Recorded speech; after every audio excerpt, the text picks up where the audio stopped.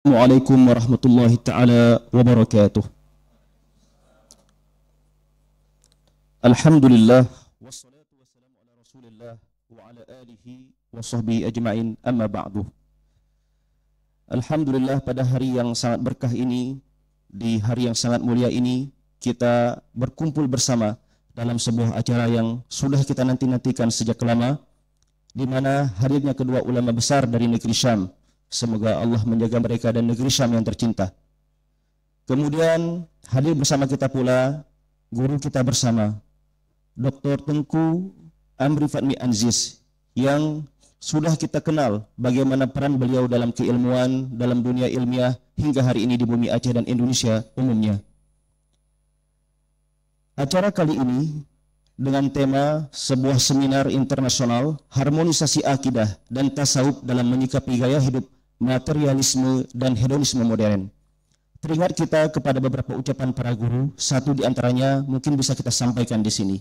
Seorang guru bernama Syekh Ali Soleh Al-Hanafi, seorang ulama besar bidang bahasa di Jami' Al-Azhar Syarif, menyebutkan inti ataupun punca daripada pencarian ilmu ketauhidan, ilmu akidah adalah bagaimana kita bisa berakhlak karimah, berakhlak mulia kepada sesama umat manusia, siapapun dia. Beliau tidak membatasi seorang muslim dengan orang muslim lainnya, tetapi sesama manusia. Tema hari ini, bagaimana akidah dan tasawuf itu dapat menjadi sikap positif kita dalam menghadapi gaya hidup yang materialisme dan hedonisme. Semoga kita menemukan poin-poin yang inti daripada penyampaian dari kedua pemateri hebat ini terkait itu. Sedikit penyampaian bahwa Syekh Anas Syarfawi dan Syekh Marai Hasan Rashid adalah dua orang yang sudah kita kenal sejak lama dalam dunia keilmuan. Legasi ataupun titik keilmuan mereka itu ditemukan di dalam beberapa buku tahqiqan. Jika karya-karya Syekh Anas dapat kita dapatkan di Darul Minhaj, di antaranya silsilah ataupun seri daripada Sanusiyah, kemudian Hasyiah Al-Amir Al-Kabir, dan yang paling intinya bagaimana beliau juga mentahqiq buku-buku dalam bidang akhlak, di antaranya Risalah Al-Qusairiyah, dan buku yang lainnya adalah dengan tahqiqan bersama tim ada Ihya Ulumuddin. Kemudian Syekh Marai juga memberikan peranan yang cukup besar dalam keilmuan bahasa sebagaimana yang diterbitkan oleh Dar-Daqqaq. Di antaranya beliau juga menjelaskan bagaimana qatrun nada itu dalam versi beliau. Mungkin selama ini kita lebih terkesan dengan apa yang ditahqiq oleh Syekh Muhammad Muhyiddin Abdul Hamid, ulama Al-Azhar. Tapi beliau juga berperan sangat besar dalam tahqiqan di terbitan Dar-Daqqaq. Dan beberapa karya-karya tahqiqan lain dalam bidang fikih juga terbitan Dar-Daqqaq dari Damaskus. Semoga Allah menjaga mereka dan dunia, khususnya negeri Damaskus yang lagi sedang dalam masa kesulitan. Untuk mempersingkat waktu, kita akan membuka acara kita ini dengan bacaan Al-Basmalah dan Ummul Quran. Bismillahirrahmanirrahim.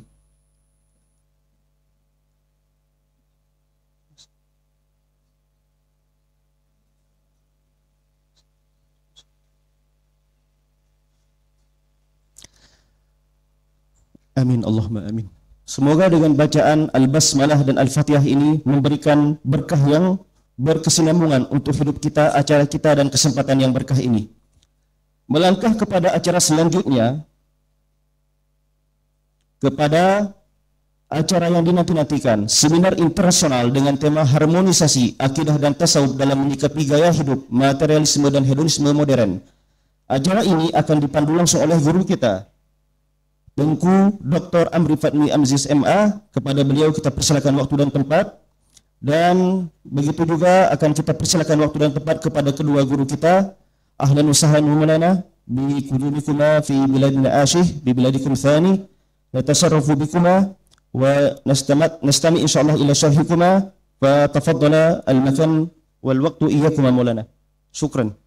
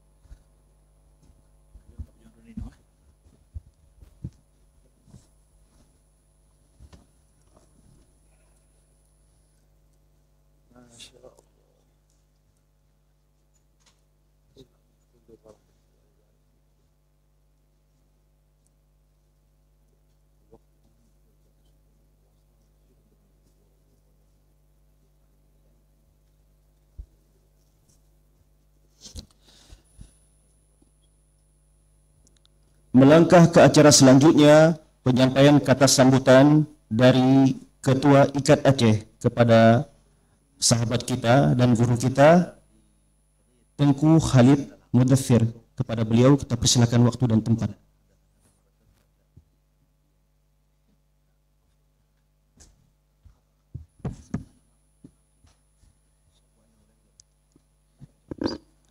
Assalamualaikum warahmatullahi wabarakatuh. Fadilatul Syekh Al-Alim Al-Allamah Al-Mutakallim Al-Syekh Anas Asy-Syarfawi, Fadilatul Syekh Al-Muhaddis Al-Alim Al-Allamah Dr. Mar'i Hasan Ar-Rashid, Fadilatul Dr. Al-Alim Amri Fatmi, wal hudurul kiram. Assalamualaikum warahmatullahi wabarakatuh. Alhamdulillah wassalatu wassalamu ala sayyidina Rasulillah wa ala alihi wa ashabihi wa mawala. Allahumma salli ala sayyidina Muhammad al-fatih lima ughliq wal khatim lima sabaq nasiril haqqi bil haqq wal hadi ila siratikal mustaqim wa ala alihi haqqa qadrihi wa miqdarihi al-azim.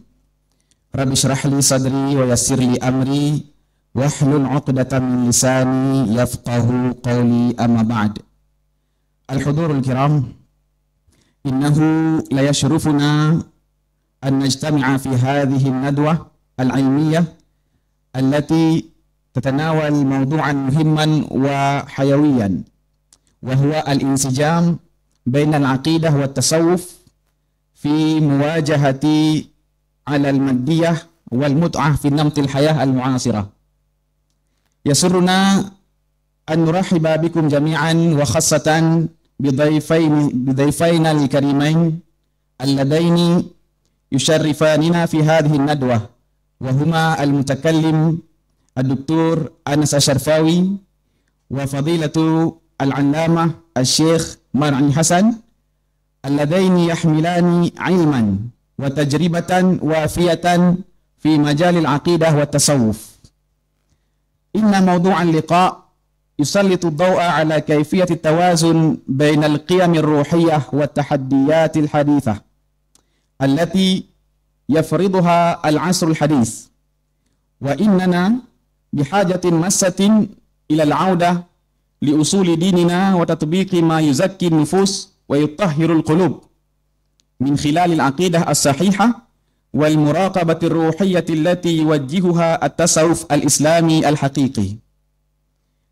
Natatalla ila ma sayuqaddimuhu fadilatu Syekh Anas Asy-Syarfawi wa fadilatu Syekh Mar'i Hasan min afkarin wa ma'arif 'amiqah tusri hadzal mawdu' wa tusa'id fi wad'i khututin 'amaliyatin limuwajahati tahaddiyatir rahina.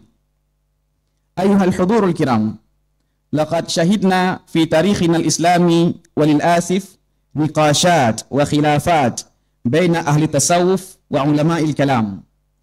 Wa qad athara dhalika fil wahdah al-fikriyah wal 'amaliyah lil ummah fil waqti alladhi yatasa'ad fi khatarul aduwil akbar wa huwa al-ideologiyah al-maddiyah allati tu'dhi shababana wa tastahdifu 'uqulahum wa qulubahum. Innal maddiyah al-mufritata wal fikra al-hissi asbaha yuhaddidani qiyamana wa huwiyatana al-islamiyah. Wa yajibu alaina an nudrika anna al-waqi'a yafridu alaina at-tawahhud wat-ta'awun baina al-ulama wal mufakkirin fi majal al-aqidah wat tasawuf. Fa-tasawuf al-islami as-sahih yurabbi an-nafsa wa yuzakkiha wa yu'idul insan ila aslihi wa huwa al-'ubudiyyah lillahi ta'ala. Wa ilmul kalam yuqawi al-asas al-aqaid wa yaruddu syubuhat alladhi tusaru hawla ad-din. Lidzalika inna waqtana al-hali yatatallab mawqifan jama'iyyan muwahhadan limuwajahati al-afkar al-maddiyyah allati tastahdifu shababana wa tub'iduhum an ruhid din wa akhlaqih. فلنتحد جميعا على أساس العقيدة الصحيحة والتصوف الحقيقي ولنعمل على تربية أجيالنا على محبة الله ورسوله وتحقيق سعادتهم في الدنيا والآخرة. وفي الختام أجدد الترحيب بجميع الحاضرين وأتقدم بجزيل الشكر ووافر التقدير لفضيلتي ضيفنا الكريمين على حضورهما ومشاركتهما القيمة. أسأل الله تعالى أن يوفقنا وإياكم لكل خير وأن يكتب لهذا اللقاء النجاح والبركة، وندعو لأن يحمي الله شامنا. آمين يا رب العالمين. والسلام عليكم ورحمة الله وبركاته.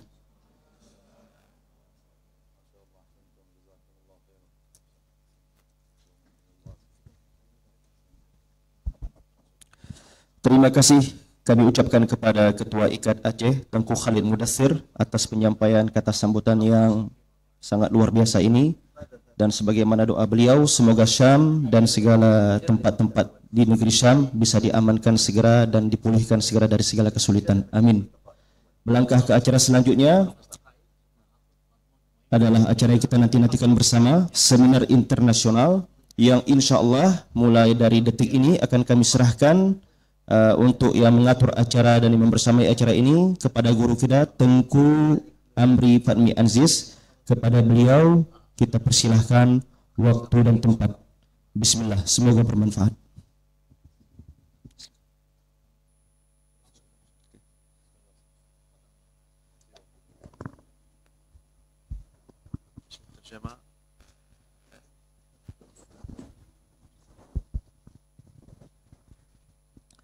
Bismillahirrahmanirrahim. Allahumma lakal hamd. Allahumma salli wa sallim wa barik ala sayyidina wa maulana Muhammad wa ala alihi wa ashabihi dhawi al-qadri al-mumajjad. Wa ba'du fa ya ayyuha al-ikhwah, هذا مجلس طيب مبارك نبحث فيه في مسائل كبيرة.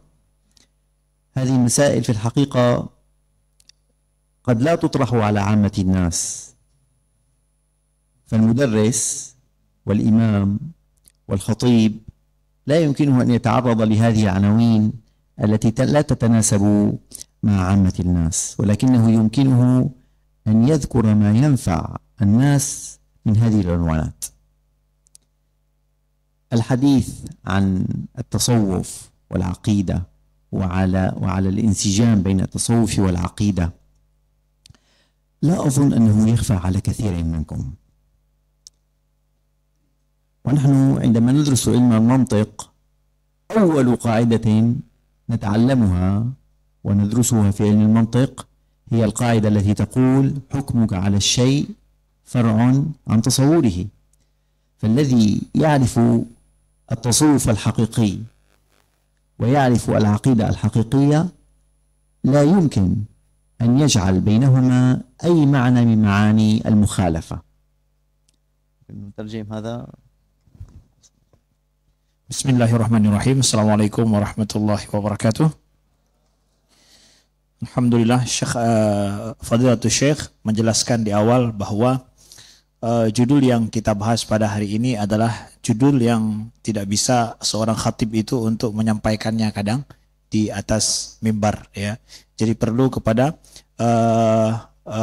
jilsah seperti kita ini untuk membahas dan kita memahami judul yang penting ini. Nah, jadi seorang yang mempelajari tentang tasawuf dan juga tentang masalah akidah, dia tidak akan mendapatkan adanya perbedaan dan pertentangan antara hubungan tasawuf dengan akidah itu sendiri. Nah, jadi kalau kita ingin belajar tentang tasawuf, ada sebuah kaidah yang belajar mantik adalah bahwa hukmuka ala syai' far'un an tasawwuri, bahwa kita membuat sebuah keputusan hukum terhadap sesuatu itu bagian daripada kita memiliki persepsi terhadap hal tersebut. Jadi kalau kita tidak memiliki persepsi terhadap hal tersebut, kita tidak akan mampu untuk membuat sebuah hukum terhadap hal tersebut pula. Nah.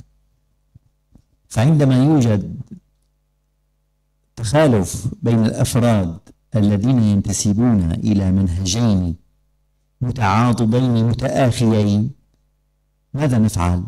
كيف يكون كيف يكون منهجان متعاضدان متآخيان أفرادهما يخالف بعضهم بعضا؟ الإمام المجدد عبد الوهاب الشعراني رضي الله تعالى عنه عندما تحدث عن التخالف بين أهل الظاهر وأهل الباطن قال في الحقيقة هذا التخالف لا يرجع إلى تخالف المنهجين، وإنما يرجع إلى التخالف بين الجهلة المنتسبين إلى هذين المنهجين. فالقاصرون من أهل الظاهر هم الذين ينتقدون على أهل الباطن، والقاصرون من أهل الباطن هم الذين يردون على أهل الظاهر. أما المنهجان في نفسهما لا يتخالفان ولا يتباينان. ولذلك أيها الإخوة أنا أقول بكل جرأة أنه لا يوجد في التاريخ الفكري الإسلامي ما يمكن أن نسميه صراع بين التصوف وعلم الكلام. هذا شيء غير موجود، أنا أنفيه من جذوره، أقول أنه غير موجود أبدا. وما تجدونه وتسمعونه من وجود التخالف هو عبارة عن ما يسمى بالمناقرة والمخالفة من أجل بيان الأخطاء التي وقعت. تقع هذه الأخطاء فيأتي أصحاب منهج فيبينون للآخرين انتبهوا أنتم وقعتم في الخطأ الفلاني، فيتنبهون فيرجعون إلى منهجهم، لا أن المنهج في نفسه يخالف المنهج الصحيح الآخر. ولذلك يقول شيخ الصوفية الإمام القشيري في كتابه الرسالة المشهورة التي أرسلها لأهل التصوف في سنة 37 و400 هجرية، يقول الصوفية بخير ما تناقروا، يعني بمعنى ما نقد بعضهم بعضا. طالما أن الصوفية ينقض بعضهم بعضا ولا يرضون بوجود الأخطاء الحادثة فهم في خير. أما إذا رأوا الأخطاء وسكتوا الآن تبدأ الصوفية بالانحراف، والانحراف يبدأ قليلا وبعد ذلك يكبر ويكبر ويكبر وبعد ذلك يخرج عن دائرة التصوف.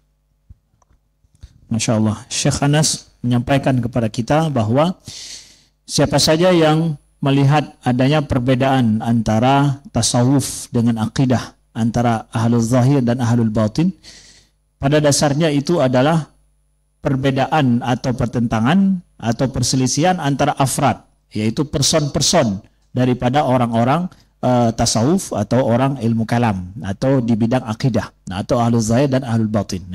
Tapi bukan pada manhajnya. Ini sebagaimana disampaikan oleh Imam Asy-Sya'rani bahwa siapa saja yang melihat adanya perbedaan antara ahlul zahir dan ahlul batin, itu adalah perbedaan bukan pada manhaj, tetapi pada person-person daripada orang-orang ahlul zahir atau orang sufi dan juga orang yang mendalami ilmu akidah ya, atau ilmu kalam. Maka dari sini adanya perdebatan ya ataupun perselisihan bahkan munaqarah, itu adalah saling mengkritik satu sama lain, itu terjadi pada sesuatu yang kekurangan al-qasirin, adanya yang kurang ataupun jahalah ya, adanya kejahilan ataupun orang-orang yang tidak mendalami dengan baik ilmu tasawuf ataupun mendalami dengan baik ilmu akidah, sehingga disinilah terjadinya perselisihan itu. Nah, dan kritikan itu terjadi apabila ada hal yang melenceng dalam ilmu tasawuf atau ilmu akidah. Nah, disinilah terjadinya munakarah, saling kritik itu. Ya, ini juga sebagaimana disampaikan oleh Imam Al-Qushairi ya, bahwa ahlus tasawuf bi khair ma tanaqaru. Jadi ahlus tasawuf itu akan senantiasa baik selama mereka saling mengkritik atau mendapatkan kritikan.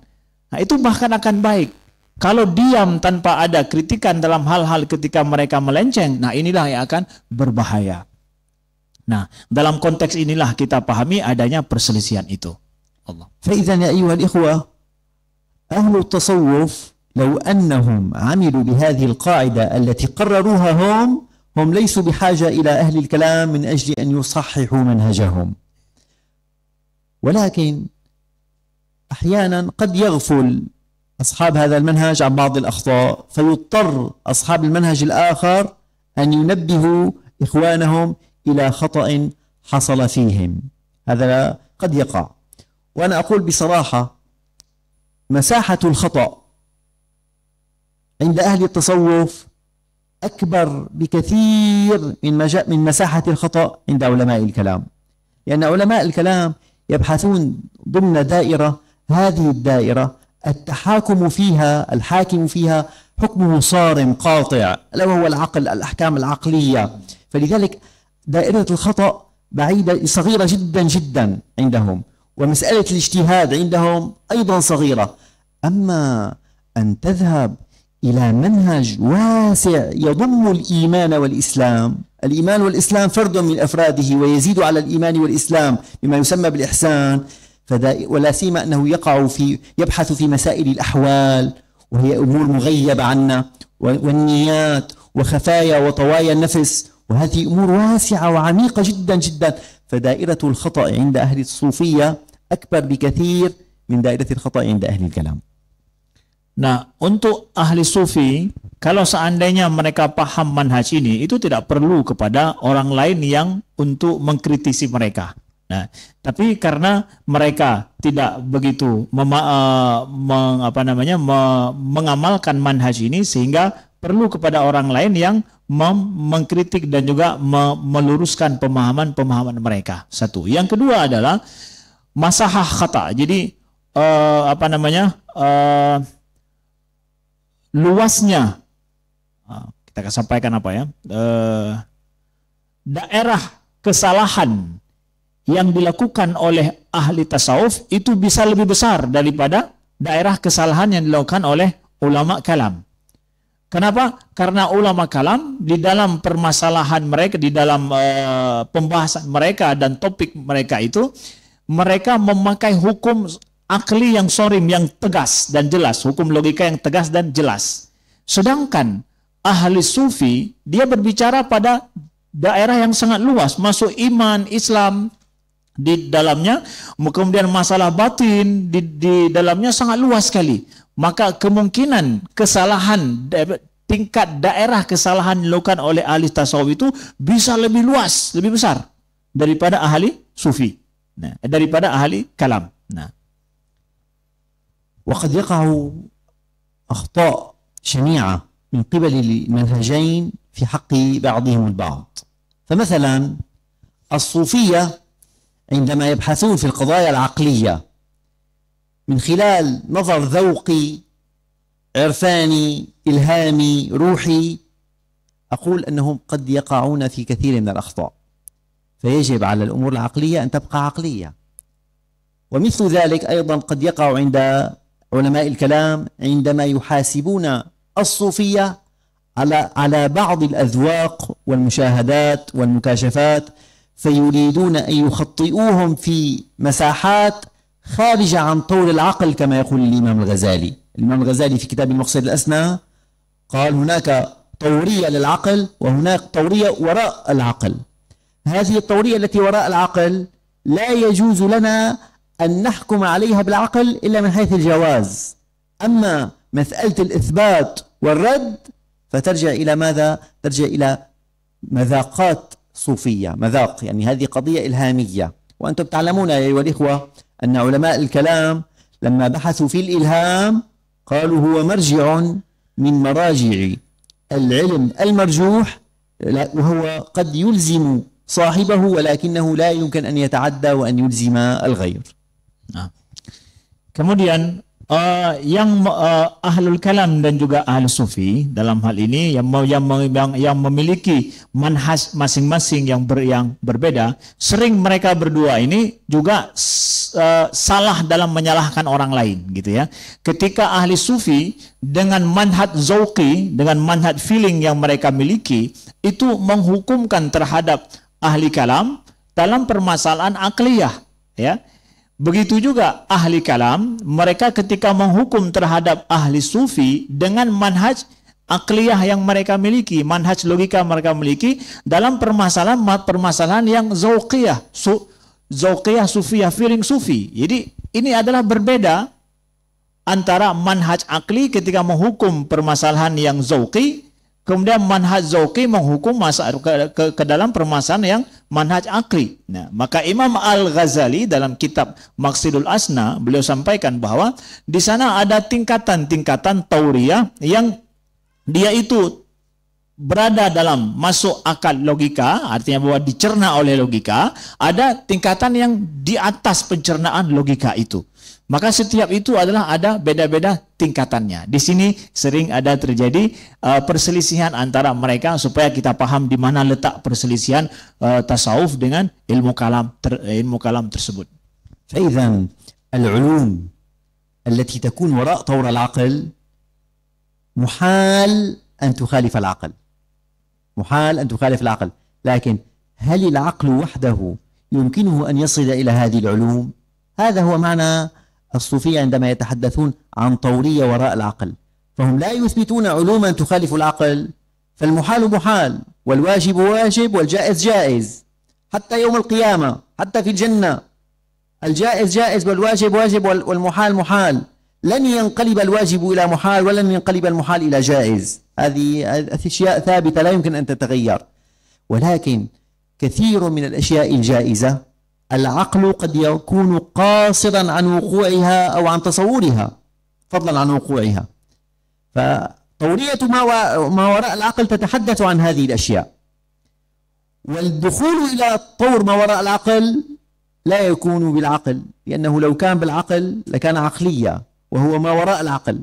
ولذلك الإلهام والمكاشفة التي يتحدث عنها الإمام الغزالي في كتاب المنقذ من الضلال، ويتحدث أنه قد وصل إلى رتبة لم يعد علم الكلام يشبع نهمته وقلبه، قال أنا علم الكلام أصبح عندي أصبح قاصرا، أنا الآن أريد أن أنتقل إلى درجة أعلى، ولذلك تحدث عن طورية ما وراء العقل. Nah, jadi adapun tingkatan yang at-tauriyah ma wara al-aql, yaitu tingkatan yang di atas ambang akal, ya, itu adalah tidak mungkin dia itu bertentangan dengan apa yang ada di dalam ranah yang bisa dicerna oleh akal. Nggak mungkin ada mukhalafah, nggak akan mungkin ada perselisihan permasalahan yang mawara al-aql, yang di belakang akal itu dengan apa yang bisa dicerna oleh akal. Itu tidak mungkin ada terjadinya pertentangan di dalam hal tersebut. Nah, maka dari sini ya, hukum akal itu ada tiga, ada yang wajib, ada mustahil, ada yang jaiz. Nah, perkara-perkara yang wajib itu sampai hari kiamat wajib. Perkara-perkara yang mustahil sampai hari kiamat mustahil, ya. Tidak akan berubah yang wajib jadi mustahil, mustahil menjadi wajib. Tetapi di sana ada perkara yang jaiz, yang mungkin, yang boleh, ya. Nah, perkara ini itu luas. Nah, masalah-masalah yang di belakang daripada akal itu masuk dalam masalah yang jaiz seperti ini. Nah, ini luas sekali, ya. Sehingga Imam Al-Ghazali di dalam kitab Munqidh minadh dhalal, beliau mendapatkan bahwa permasalahan-permasalahan yang masuk dalam mukasyafah dan ilham, yang masuk dalam ambang di atas akal, itu sangat luas sekali. Dan itu ilmu logika yang beliau pakai, manhaj akli yang beliau pakai, itu tidak mampu untuk memuaskan beliau. Nampak pendek, nampak sangat singkat dan tidak mampu untuk mencapai itu. Ya, maka begitulah beliau akhirnya memakai manhaj sufi dengan manhaj al-mukasyafah dan ilham di dalam kitab beliau Munqidh minadh dhalal tersebut. وهنا يا أيها الإخوة أريد أن أنبه إلى أمر هام جدا. التصوف الذي دونه المسلمون كتبوه على منحيين، على طريقتين. الطريقة الأولى هي الطريقة الصالحة لكل مسلم شرقا وغربا، وهو التصوف الذي كتبه إمام أهل السنة وشيخ قدماء الأشاعرة إمامنا الحارث المحاسبي رضي الله تعالى عنه، ومن أجل كتبه كتاب الرعاية، وكتاب الرعاية لحقوق الله، وكتاب الوصايا، وأيضا ما كتبه من بعده شيخ الصوفية وصاحب رسالتهم الكبرى الإمام القشيري في الرسالة القشيرية. وبعدهم جاء إمام جبل كتب في المدرسة الصوفية الأخلاقية كتابا كبيرا لم يسبق إلى مثله، وهو حجة الإسلام وبركة الأنام الغزالي، في كتابه الذي سماه بإحياء علوم الدين، والذي اختصره في كتاب الأربعين، والذي اختصر مختصره في كتاب أيها الولد، أو المعروف بالرسالة الولدية، وأيضا بكتاب كيمياء السعادة الصغير. هذه الكتب الصوفية هي الكتب التي تصلح لكل مسلم يا أيها الإخوة، وهو التصوف الذي يجب علينا أن نعول عليه ونتمسك به. Jadi dalam sejarah Islam tentang tasawuf ada dua tariqah ya dalam penulisan ilmu tasawuf itu.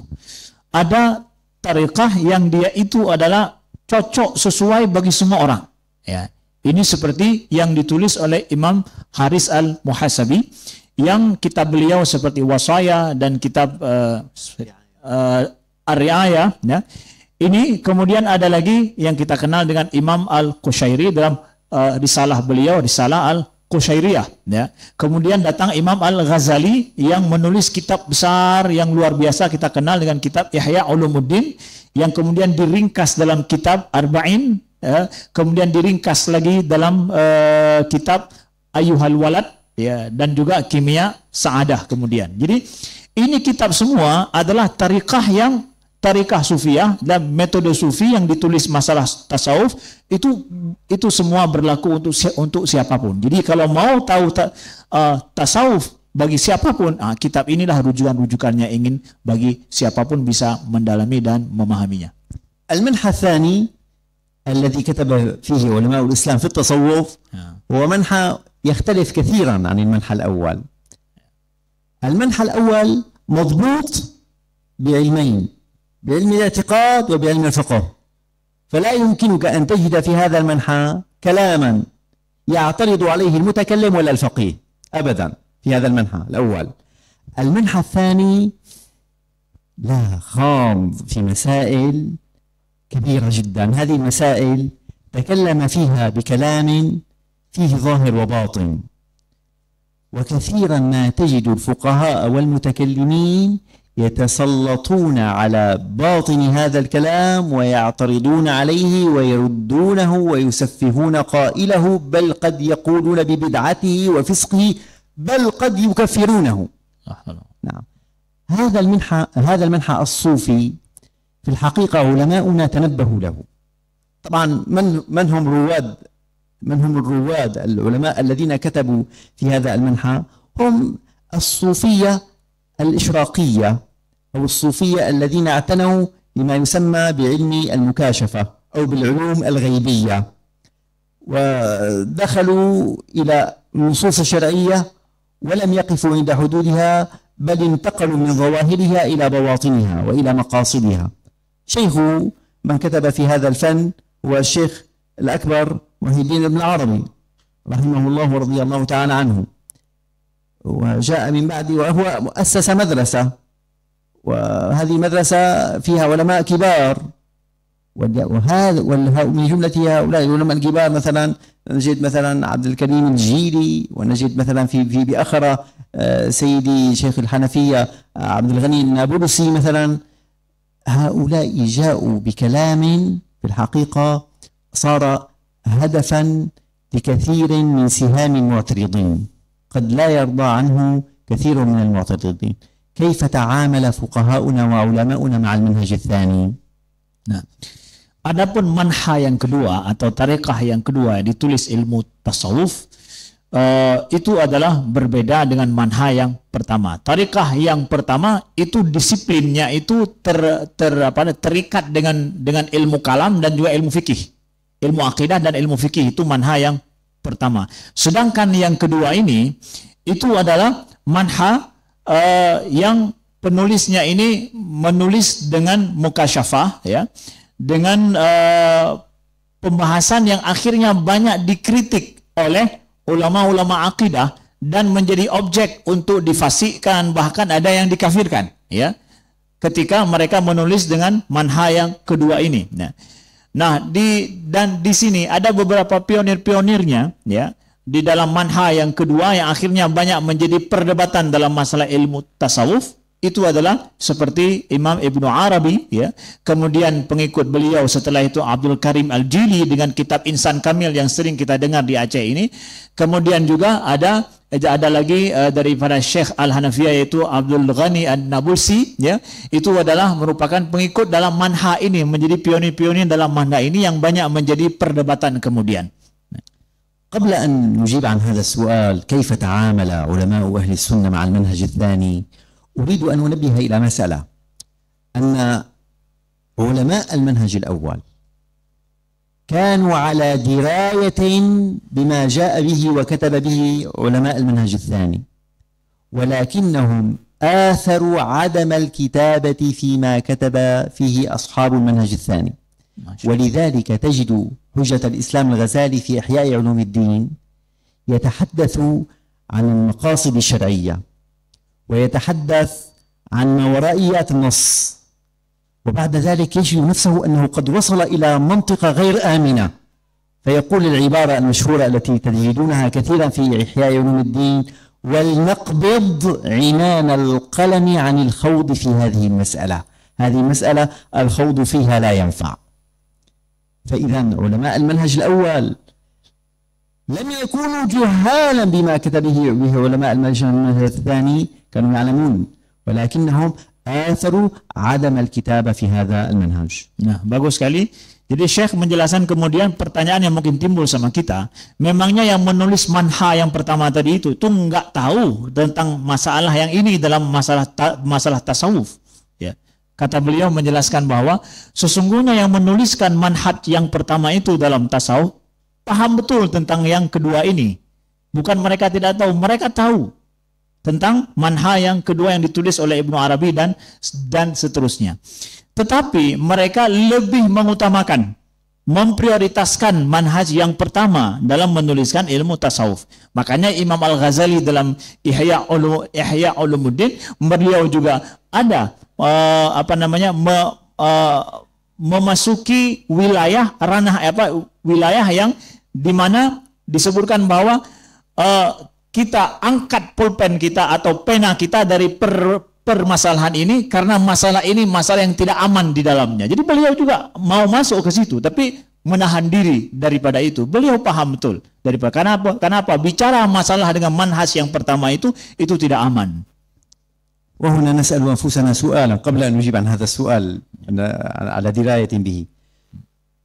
يمكننا أن نسأل أنفسنا ونقول: هل يجوز الكتابة في علوم المكاشفة؟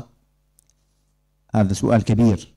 الإمام الغزالي قال لا يجوز لنا أن نكتب في علوم المكاشفة، وقال لأن الكتابة في هذا العلم لا ينفع، ولذلك قرر في كتابه المنقذ من الضلال أن الكتابة في علم المكاشفة يضر ولا ينفع، أو يمكنك أن تقول يضر أكثر مما ينفع. لماذا؟ قال لأن الإنسان إذا دون ما كان قد وصل إليه من في حالة الفناء والغيبوبة عن هذا العالم الموجود، هو عالم موجود لأن الله سبحانه وتعالى خلقه ودبره وأنشأه. نعم، قال لأن الفناء قد يصل بك إلى كلام، هذا الكلام لا بد إن دونته وقلته وكتبته أن تنعت إما بزندقة أو بحلول أو باتحاد، لا بد. خالفه في هذه المسألة الشيخ محي الدين العربي، قال لا، علم المكاشفة علم من العلوم، فكما أن أهل الظاهر دونوا علمهم، فما المانع من أن يدون العلماء الذين وصلوا إلى رتبة المكاشفة أن يدونوا ما كوشفوا به وما رأوه عيانا بعد المجاهدات والمراقبة والصيام والقيام إلى غير ذلك. قال: ما المانع من ذلك؟ قال: هناك فائدتها أننا إذا دولنا هذه العلوم لعل السالك إلى الله تبارك وتعالى يصل إلى هذه الرتبة فيحار أين أذهب؟ أنا الآن على مفترق طرق، أين أذهب؟ فالكتابة بعلوم المكاشفة تدله، تقول له هذا الطريق هنا مسدود، مسدود، هذا أيضا مسدود، لكن هذا الطريق مفتوح، اسلك منها هنا. فإذا الشيخ محي الدين العربي رأى أن تدوين علم المكاشفة له نفعية، ينفع السالك. الإمام الغزالي خالفه وقال لا، هذا ضرره أكبر من نفعه، ولكل منهاج، ولكل حججه وبراهينه وأذواقه، وكل منهج من هذه المناهج في الحقيقة له وعليه. هذا باختصار. Nah, kemudian dalam hal ini kita lihat bahwa ada perbedaan pendapat ulama di dalam menuliskan tentang masalah manhaj al-mukasyafah. Jadi yang kedua, ya, manhaj yang kedua tadi itu namanya manhaj al-mukasyafah. Boleh tidak menuliskan manhaj al-mukasyafah ini dalam ilmu tasawuf? Ada dua pendapat. Yang pertama adalah Imam Al-Ghazali. Imam Al-Ghazali mengatakan tidak boleh dituliskan. Tidak boleh ditulis tentang manhaj mukasyafah ini dalam ilmu tasawuf, ya. Kenapa? Karena manfaatnya lebih sedikit daripada mudaratnya, atau bahkan mudaratnya lebih besar begitu daripada manfaatnya. Kalla tanfa, sama sekali tidak bermanfaat menurut beliau. Nah, makanya dalam kitab Munqidh min adh-dhalal beliau menjelaskan permasalahan ini, bahwa tidak ada manfaat menuliskan tentang manhaj al-mukasyafah ini dan ditadwinkan. Nah, adapun manhaj yang kedua, pendapat yang kedua itu daripada Ibnu Arabi. Ibnu Arabi mengatakan bahwa boleh dituliskan, ya. Bahkan dengan manhaj al-mukasyafah ini dituliskan untuk memberikan manfaat. Manfaatnya apa? Nah, bagi mereka yang sudah melewati jalan ini, nanti mereka akan sampai ke suatu tempat atau ke suatu pemberhentian di mana mereka nanti tertutup pintu-pintu mereka dan mereka merasa bingung memilih pintu yang mana untuk melanjutkan perjalanan mukasyafah mereka. Maka kita kasih tahu bahwa pintu ini tertutup, pakai pintu ini. Ya, jadi bermanfaat bagi mereka di sana. Ya, jadi bicara tentang masalah al-fana dan yang lain-lainnya itu semua adalah masuk dalam manhaj mukasyafah itu yang nanti perlu dan bermanfaat bagi mereka yang akan menjalani jalan mukasyafah nantinya. Ini menurut pendapat yang kedua daripada Ibnu Arabi. الآن نجيب عن السؤال: كيف تعامل علماؤنا وفقهاؤنا ومتكلمون مع المنهج الثاني؟ قالوا هذا منهج خطير، ونحن لا نسمح أبدا بأن يتعدى العالم مهما بلغت رتبته على ظواهر الشريعة. وعملوا بقول النبي صلى الله عليه وسلم: حدثوا الناس بما يطيقون أتريدون أن يكذب الله ورسوله؟ فهم قالوا نحن هذا المنهج الثاني، منهج المكاشفة، منهج غير منضبط، لا يمكننا أن نحاسب الكاتب والقائل هذا العلم إلا بظواهر وضوابط الشريعة.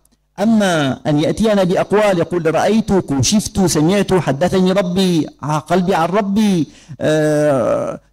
اجتمعت بالخضر عليه السلام، اجتمعت بالنبي فلاني، اجتمعت بأرواح الملائكة. تنبهوا يا أيها الإخوة، هذا كله من حيث الشريعة جائز، لا يمنع منه جائز، ولكن الأقوال التي تبنى على هذه الرؤى وعلى هذه المكاشفات وعلى هذه المشاهدات كيف نضبطها؟ لا ضابط لها إلا ظواهر الشريعة. ولذلك قال علماؤنا لما شرحوا حديث النبي صلى الله عليه وسلم: من رآني فقد رآني حقا، يقول الإمام الفقيه المحقق المدقق ابن حجر الهيثمي يقول: إن النبي صلى الله عليه وسلم أثبت العصمة في رؤيته في المنام، ولكنه لم يثبت العصمة لكلامه في المنام. فأن ترى النبي صلى الله عليه وسلم هذا شيء طيب، أما أن النبي صلى الله عليه وسلم قال لك كيت وكيت، هذا لا تثبت فيه العصمة. ومن علامة المنام المبرور أن النبي صلى الله عليه وسلم في المنام لو أنه سمعه أحد الناس يقول قولا فإن هذا القول لا يمكن أن يتصادم مع أحكام الشريعة الظاهرة. هذا من علامته، من علامة المنام المبرور. نعم. Baik. Kemudian pertanyaannya, bagaimana ulama kita berinteraksi dengan manhaj yang kedua ini, manhaj mukasyafah yang dipopulerkan oleh Ibnu Arabi dan yang seterusnya. Nah, ulama syariah, ulama kalam juga mengatakan bahwa manhaj ini itu khatir, berbahaya. Ya, manhaj ini khatir, berbahaya ketika seorang menuliskan dalam masalah ini. Nah, membahas dalam masalah ini. Berbahayanya kenapa? Karena setiap permasalahan itu kita bisa menghukumkannya dengan zahir daripada nas. Tapi masalah ini itu kan sulit dihukumkan dengan mazahir ketika dengan zahir nas. Ketika seorang mengatakan bahwa saya melihat Tuhan, berbicara dengan Tuhan, berkumpul dengan Nabi, dan kemudian begitu, itu kan sulit untuk didisiplinkan. Bagaimana kita mengukur benar tidaknya itu? Jadi tidak ada zahir syariah, tidak bisa menghukum kepada itu. Nah, ketahuilah wahai tulab semuanya bahwa dalam masalah mukasyafah itu jaiz loh, boleh sebenarnya, boleh ya, bukan artinya bukan haram ya, boleh sebenarnya, diperbolehkan oleh syariat dalam masalah itu. Tetapi Nabi mengingatkan dalam hadisnya, hadisun nas bima yutiqun, berbicaralah dengan manusia itu sesuai dengan kemampuan akalnya. Apakah kamu mau menjadikan mereka itu mendustakan Allah dan Rasulnya?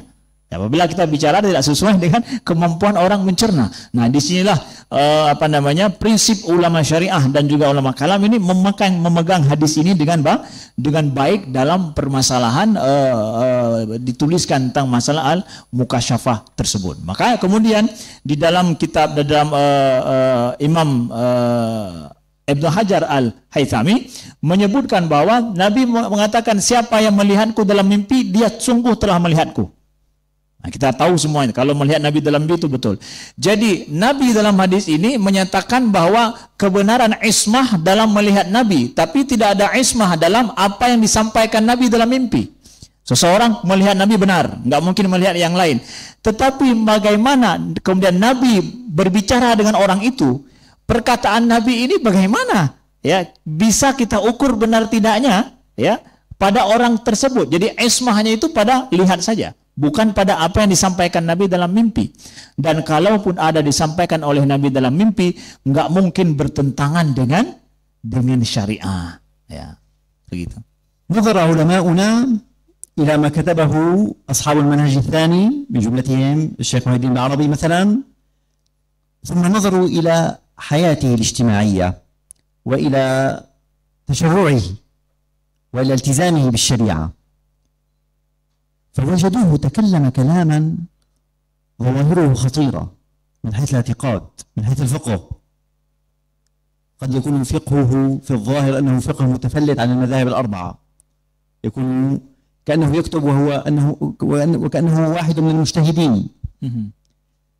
الاعتقاد جاء بقضايا خطيرة مفزعة مخيفة، لكنهم نظروا إلى تشرعه، إلى حياته الشرعية، فوجدوه أنه متشرع سني على أعلى أنواع التشرع. فهو لم يحرم الصلاة، بل كان يصلي الفرائض والنوافل إلى الثمالة.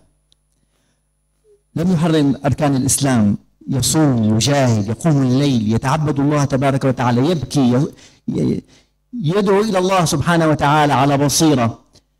والعلماء يقولون الإنسان لا يكون عمله إلا على حسب اعتقاده، لأنه لا يوجد انفكاك بين الاعتقاد والعمل. ولذلك حاروا في أمره، كيف نتعامل مع هذه الشخصية؟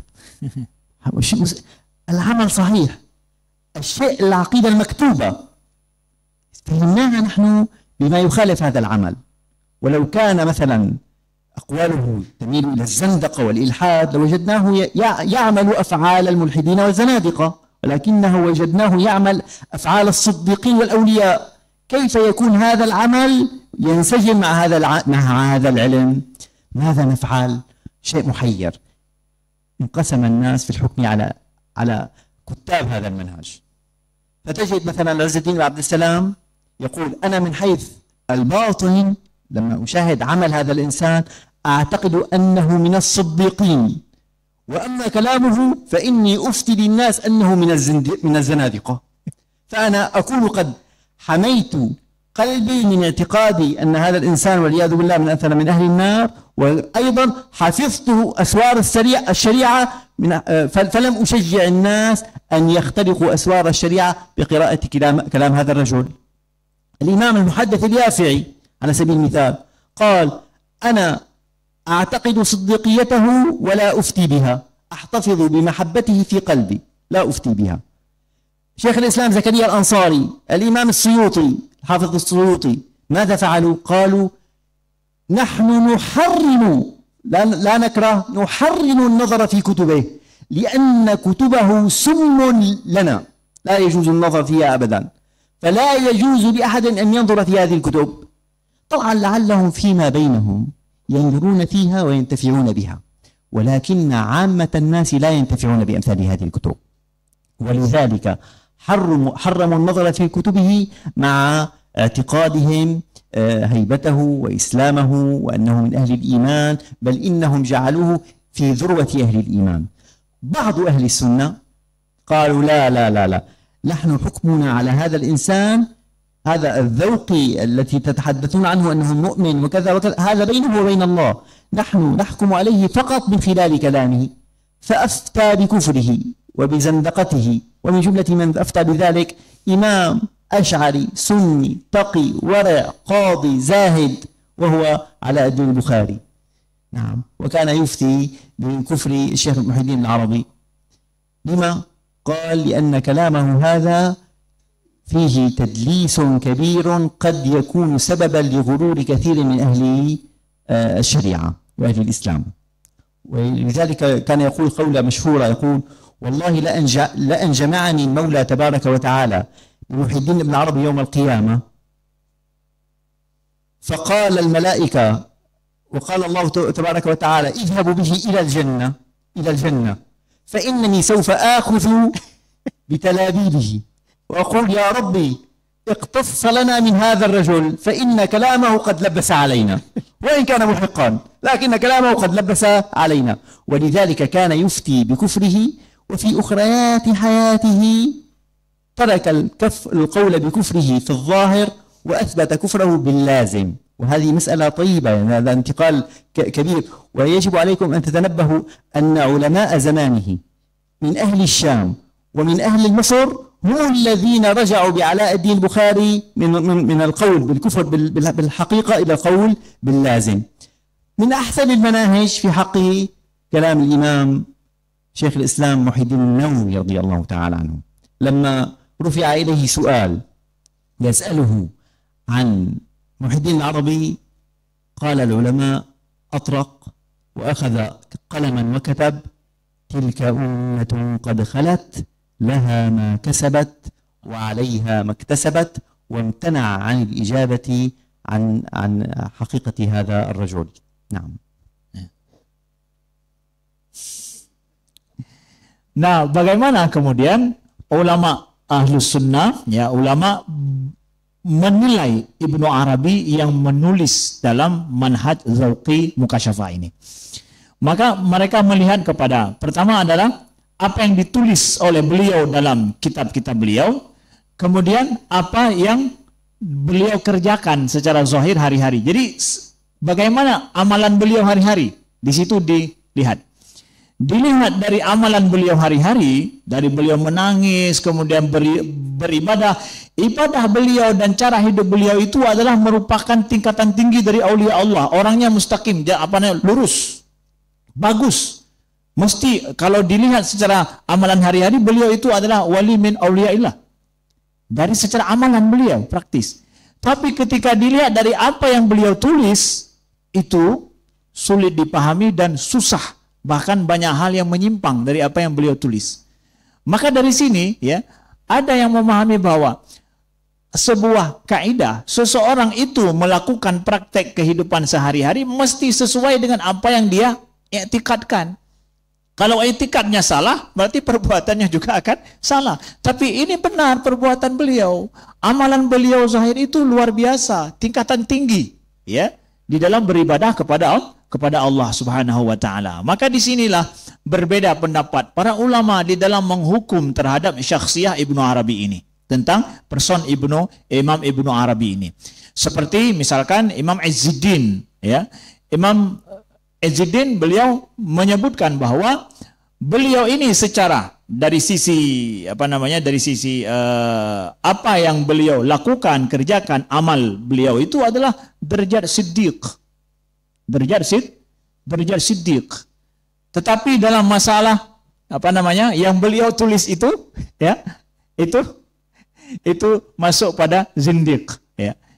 Nah, di dalam hal ini ada lagi seperti Imam Yafi'i, beliau menyebutkan bahwa ana la uftibi. Saya tidak memfatwakan apa-apa tentang itu, ya. Jadi beliau tidak berani memfatwakan. Tapi Imam Suyuti menyatakan bahwa apa yang beliau tulis itu adalah merupakan haram dibaca, ya. Contoh perbedaan pendapat ulama dalam hal ini. Kemudian ada yang lebih dahsyat lagi daripada Imam Ahlus Sunnah, yaitu Imam Alauddin Al-Bukhari. Beliau seorang yang wara, taqi, kemudian Asy'ari, ya. Beliau memfatwakan bahwa Ibnu Arabi ini adalah merupakan kufur, ya. Beliau Ibnu Arabi dalam hal ini. Bahkan tingkatan beliau menyatakannya kekufuran Ibnu Arabi ini, kalau seandainya nanti Allah kumpulkan aku dengan dia pada hari kiamat, dengan beliau pada hari kiamat, dan Allah menyuruhnya ke surga, aku akan pegang di bajunya ini bahwa jangan dia ke sana karena tulisan-tulisan dia itu telah telah membuat kami menyimpang, ya. Jangan aku pegang, jangan dia ke surga sampai begitunya, ya. Itu Alauddin Al-Bukhari. Sampai begitu beliau menghukumkan terhadap Ibnu Arabi. Tapi di akhir hayat beliau rujuk dari pendapat kufur bil haqiqah kepada kufur bil lazim. Jadi istilahnya merujuk dari hakikat kufur kepada kufur bil lazim saja. Ini ada perbedaannya nanti, ya, makna daripada kekufuran ini. Begitulah para ulama kita berbeda pendapat dalam menghukum terhadap person terhadap syakhsiyah Ibnu Arabi yang menuliskan dalam manhaj yang kedua tadi, manhaj dzauqi atau manhaj mukasyafah di dalam masalah ilmu tasawuf. بل إن تلاميذ الشيخ الأكبر محي الدين العربي أنفسهم حذروا. Dan yang paling bagus itu adalah Imam An-Nawawi, ya. Ketika ditanya tentang Ibnu Arabi, beliau memfatwakan atau membuat keputusan apa? Tilka ummatun qad khalat, laha ma kasabat wa 'alaiha maktasabat. Itu adalah keputusan beliau terhadap manhaj ini dan Ibnu Arabi. Itu ayat, ya. Silakan dicari sendiri ayatnya, atau ayat nomor berapa itu. إذن تلاميذ الشيخ محي الدين العربي رضي الله تعالى عنه أنفسهم حذروا من منهجه. تلميذه الأكبر صدر الدين القومي صاحب كتاب الفكوك في شرح الفصوص للشيخ الأكبر، نعم، كتب وصية في أخريات حياته، وهي وصية مخطوطتها موجودة، وكنت قد قرأت مخطوطتها. يذكر في مخطوطة هذه الوصية قال: وأحذر من النظر في كلام الشيخ في مسائل الوحدة، من وحدة الوجود التي اشتهر القول بها على لسان الشيخ، نعم، فإن الكلام المكتوب غير مراد بحال للشيخ، لكن أفهامنا السقيمة تثبت أقوالا ملزمة للقول بكفره. وأقول في الحقيقة رحم الله ورضي الله تعالى عن حجة الإسلام الغزالي، كان قد ذكر في كتابه المنقذ من الضلال أن الذي سيكتب في مسائل الفناء لا بد أن يأتي بأقوال يتهم فيها بالحلول والاتحاد. وكلام الحلول والاتحاد من الغزالي يمكن أن يحمل فيما بعد على ما يسمى بوحدة الوجود، نعم. حذر من هذا غاية التحذير. بل إن بعض المتأخرين من الصوفية، وهو من كبار أصحاب الحضرة الأحمدية القادرية، وهو السيد بهاء الدين الرواس، ذكر في رسالته برقمة البلبل، يعني صوت البلبل، رسالة لطيفة، ذكر فيها أن النبي صلى الله عليه وسلم تجلى له في الرؤيا، رأى النبي صلى الله عليه وسلم، فكان مما أوصاه به النبي صلى الله عليه وسلم ألا يجري على لسانه أو القول بالوحدة، وحدة الوجود أبدا، ونهاه نهيا جازما. وكان من منهجه سيدي بهادي الرواس ألا يتحدث في هذه المسألة لا من قريب ولا من بعيد، يترك الحديث عن أنه كل شيء هالك إلا وجهه، وكل هذه المعاني الإشارية إلى فناء كل ما سوى المولى تبارك وتعالى أمام وجود المولى سبحانه وتعالى، يتركها للمذاقات للمكاشفات، لا يجريها على ظاهر اللسان. Nah, Tilmiz Iman, ismu Tilmiz Iman. Sadruddin Al-Qawnawi. Sadruddin Al-Qawnawi. Nah, baik. Kemudian salah seorang murid daripada Imam An-Nawawi yang bernama Sadruddin Al-Qawnawi, beliau dalam sebuah risalah beliau, wasiyah beliau yang dimutalaah oleh Syekh, masih bentuk makhtutat. Beliau mewanti-wanti untuk membaca apa yang ditulis oleh Imam Ibnu Arabi dalam permasalahan wahdah atau wahdatul wujud yang menjadi banyak dibicarakan oleh orang, karena pemahaman yang bisa dipahami oleh seseorang dalam permasalahan itu akan salah dipahamkan kalau dikembalikan kepada Ibnu Arabi. Maka disuruh ditahzir semua kita untuk tidak membaca permasalahan tentang itu. Dan subhanallah bahwa Imam Al-Ghazali dalam Munqidh Minadh Dhalal, beliau sudah menyebutkan dari awal bahwa ini adalah daerah permasalahan yang tidak boleh ditulis, masalah fana dan yang lain itu jangan ditulis, karena itu nanti akan kembali kepada kepada i'tikad al-hulul, adanya i'tikad yang salah tentang masalah hulul dan ittihad atau masalah wahdatul wujud. Jadi dari awal Imam Al-Ghazali sudah mewanti-wanti tentang itu, jangan ada yang menulis tentang itu, dan itu ternyata betul terjadi, ya, seperti dikatakan oleh Imam Al-Ghazali. Kemudian salah seorang ulama bernama Imam Bahauddin Al-Rawas, ya, beliau juga dalam hal ini menyampaikan di dalam tulisan beliau bahwa beliau pernah bermimpi, ya, tajalla Rasulullah SAW, yaitu beliau melihat Nabi dalam mimpi beliau, dan Nabi dalam mimpi itu mewasiatkan kepada beliau atau memberikan perintah kepada beliau agar jangan mendekati berbicara menulis dalam masalah wahdatul wujud itu, wahdah itu. Jangan dari dekat, jangan dari jauh, ya. Itu wasiat Nabi dalam mimpi daripada Syekh Bahauddin Rawas. أما اليوم فعلماؤنا كيف تعاملوا مثلا مع هذه الشخصية. في الحقيقة أنا دمشقي، أنا أعيش في دمشق. وقبل أن أهدي إليكم كنت قد زرت قبر الشيخ محي الدين العربي وتبركت بزيارته وقرأت الفاتحة على نية التيسير، وبعد ذلك انطلقت إلى إندونيسيا. ما شاء الله. طهارة شاب بسبب ذلك. نعم.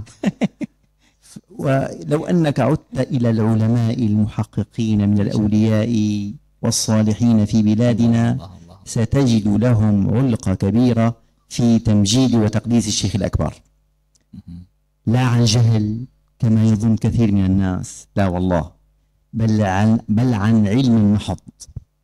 وهم يدركون تماما الأخطاء التي وقع فيها كثير من الناس في الرد على الشيخ محي الدين العربي. ما شاء الله. الرد على الشيخ محي الدين العربي في كثير من المسائل كان حقا وصوابا على حسب ما يفهم من كلامه، لكن هل هو المراد من كلام الشيخ؟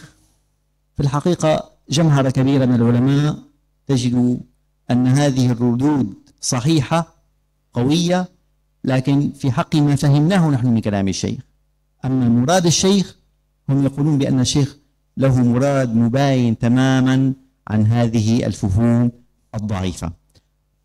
بعض أهل الفضل وأهل العلم يقول لا تحدوني، أنا أصر على هذه الردود. أقول لا يمكن، هناك من تجرأ ورد على أصحاب الرد، جاءوا بكلام سقيم ضعيف لا يلتفت إليه. أنا أقول يا أيها الإخوة، العلامة الكبير الإمام الآلوسي صاحب كتاب روح المعاني، هذا رجل مفتون بالشيخ الأكبر، وقد ملأ تفسيره روح المعاني بقطع طويلة من كلام الشيخ الأكبر، ولا سيما من كتابه الفتوحات. والفتوحات كتاب شرعي، يعني لا خوف فيه الناظر في كتاب الفتوحات لا يخاف عليه كثيرا. مشكلة الشيخ الأكبر في كتاب الفصوص في الحقيقة، ليس في كتاب الفتوحات المكية. نعم، تجده قد ملأ كتابه بالنقل عن الشيخ الأكبر. ومرة بحث في مسألة وحدة الوجود وقال: هذه المسألة كنت قد فهمتها على 5 معاني، 5 معاني، كلما قررت معنى من المعاني تبين لي خطأه فأنتقل للذي بعده فيتبين لي خطأه، فأنتقل للذي بعده فيتبين لي خطأه، وبذلك بعد ذلك قلت أنا ما فهمت هذه المسألة. عقلية جبارة. لما من عرف الإمام الآلوسي يعلم ماذا أقول. هو قال: أنا ما فهمت ما فهمت مراد الشيخ من هذه المسألة. والشيخ يقول نفسه: الأمور المفهومة بالذوق لا يمكن أن يوصل إليها إلا بالذوق. مثال تقريبي: أنتم لا تعرفون مثلا العسل، مثلا لا تعرفون العسل، وحدثتكم أنني كنت قد ذهبت إلى زيد وقدم لي العسل فأخذته وشربته فوجدت له مذاقا طيبا، فقلتم لي: حدثنا عن العسل، فبدأت أكتب لكم وأحدثكم: العسل شراب لزج طعمه حلو. فيقوم واحد ويقول لي: يعني كطعم السكر. قلت: ايش طعم السكر؟ عسل تقول لي كطعم السكر، كطعم المربى. لك ما علاقة العسل بالمربى؟ مسألة ثانية. ما لو أنني ألفت كتابا من 10 مجلدات في تفسير العسل لن تفهموا شيئا من العسل، لكن يمكن أن آتي بعلبة من العسل، أخذ ملعقة، أقول: افتح سمك، أضع العسل، الآن فهمت معنى العسل. فإذا هذه المجلدات 10 لا يمكن أن تقدم لي أي معنى من معاني العسل. والأشياء التي كتب فيها سيدي محي الدين العربي هي أشياء ذوقية، مهما تحدث هو عنها فإن السامعين والقارئين لكتبه لعلهم لا يقفون على معانيها. ولذلك لما سئل الإمام السيوطي عن كلام سيدي عمر بن الفارض وعن تائيته وعن كلامه الذي ظاهره في وحدة الوجود الباطلة، ماذا قال؟ ماذا كانت إجابته؟ كانت إجابته كالتالي: قال: اذهب فجاهد مجاهدات عمر بن الفارض وصم صومه وقم قومه، وبعد ذلك تعلم ماذا كتب عمر بن الفارض. هذه أشياء لا يمكن أن يجاب عليها بالقرطاس والقلم. هذه لا يمكن أن يجاب عليها إلا بالمجاهدات. والذين جاهدوا فينا لنهدينهم سبلنا. فإذا علماء الشام في الحقيقة هم هذه هي طبيعتهم إلى اليوم، ومهما كثرت الردود فإنهم لن يتركوا ولن يحيدوا عن تمجيد وتعظيم الشيخ محي الدين العربي رضي الله تعالى عنه وارضاه. نعم. Lalu bagaimana sikap daripada ulama kontemporer saat ini terhadap Ibnu Arabi? Ya, saya tinggal di Damaskus dan saya sebelum pergi, kita tahu kuburan Ibnu Arabi itu di Damaskus, dan sebelum saya pergi ke Indonesia saya pergi kepada dan berdoa di kuburan Ibnu Arabi, ya, mengambil berkah untuk Allah mudahkan pergi ke Indonesia. Nah, jadi kebanyakan orang yang mengkritik Ibnu Arabi, ya, mereka mengkritik tentang Ibnu Arabi yang beliau tulis itu adalah sesuai dengan pemahaman mereka. Benar kritikan mereka, tapi adalah kritikan terhadap apa yang sanggup mereka pahami dari Ibnu Arabi. Tapi apakah Ibnu Arabi bermaksud demikian sehingga dikritik? Nah, itu adalah permasalahan lain. Jadi kebanyakan yang mengkritik beliau hari ini itu adalah sesuai dengan pemahaman mereka dari apa yang mereka baca dari Ibnu Arabi. Tapi masalahnya apakah benar Ibnu Arabi bermaksud demikian, itu masalah lain.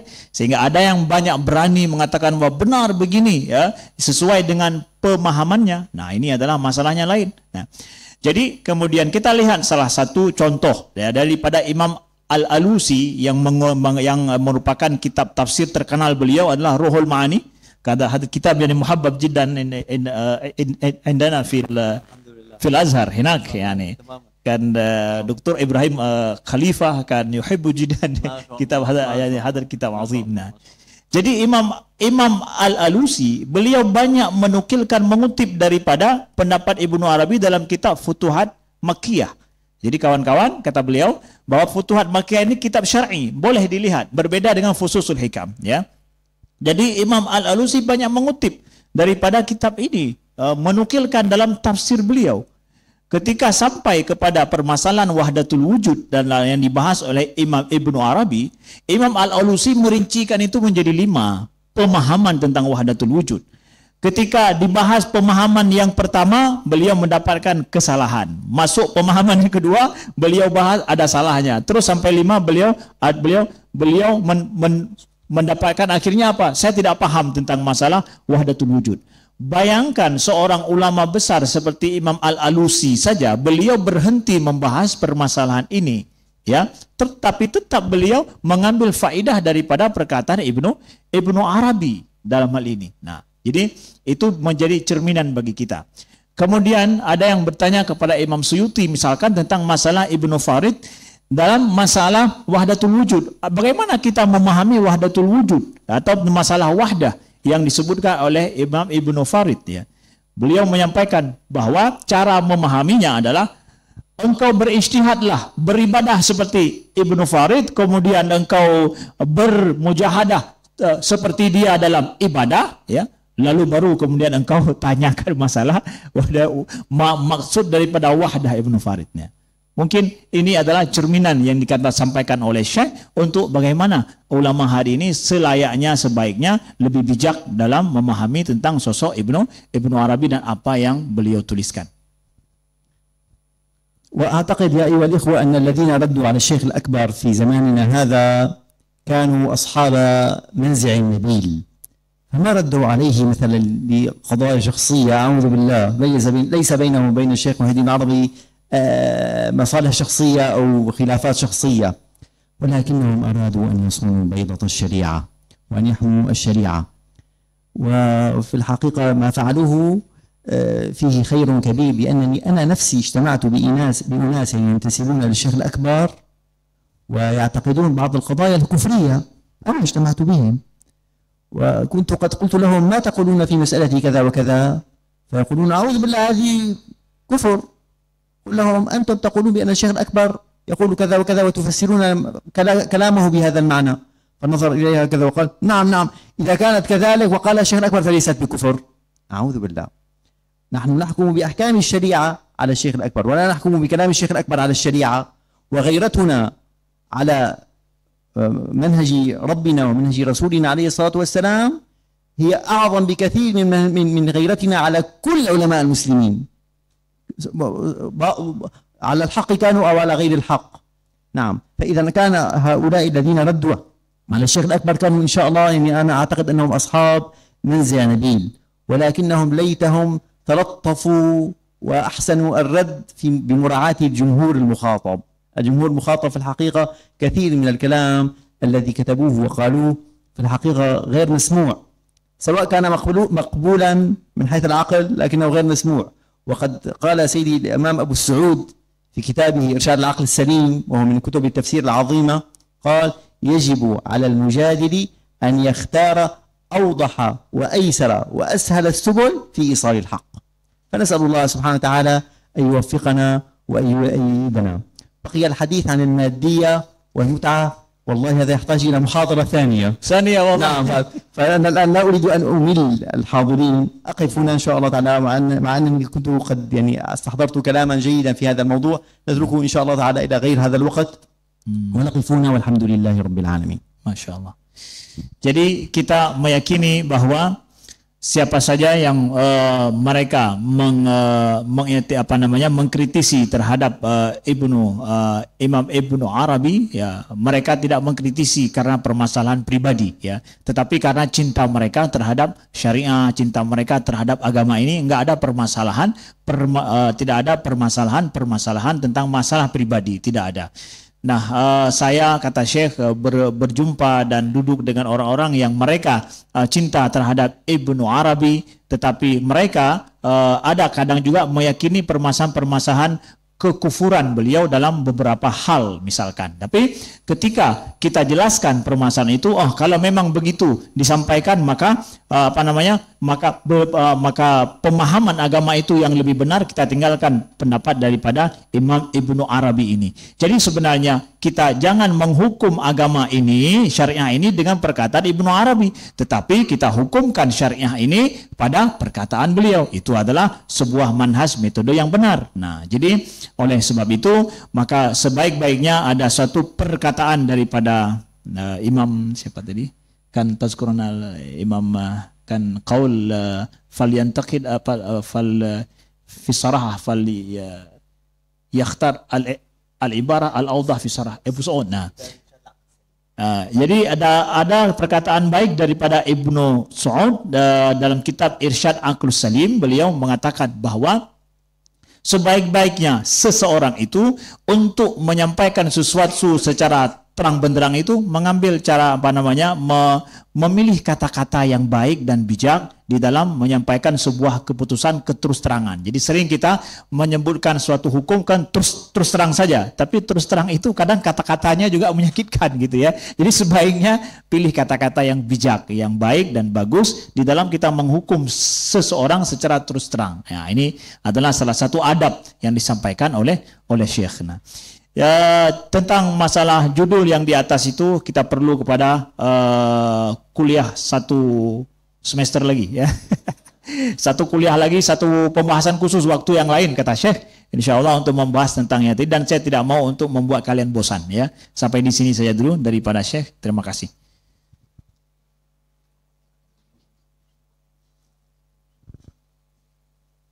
وبعدين على الدور لشيخنا فليتفضل شيخنا مرعي حسن بارك الله فيه. بسم الله الرحمن الرحيم. الحمد لله رب العالمين، والصلاة والسلام الأتمان الأعطران الأزكيان على سيدنا ومولانا محمد وعلى آله وأصحابه أجمعين.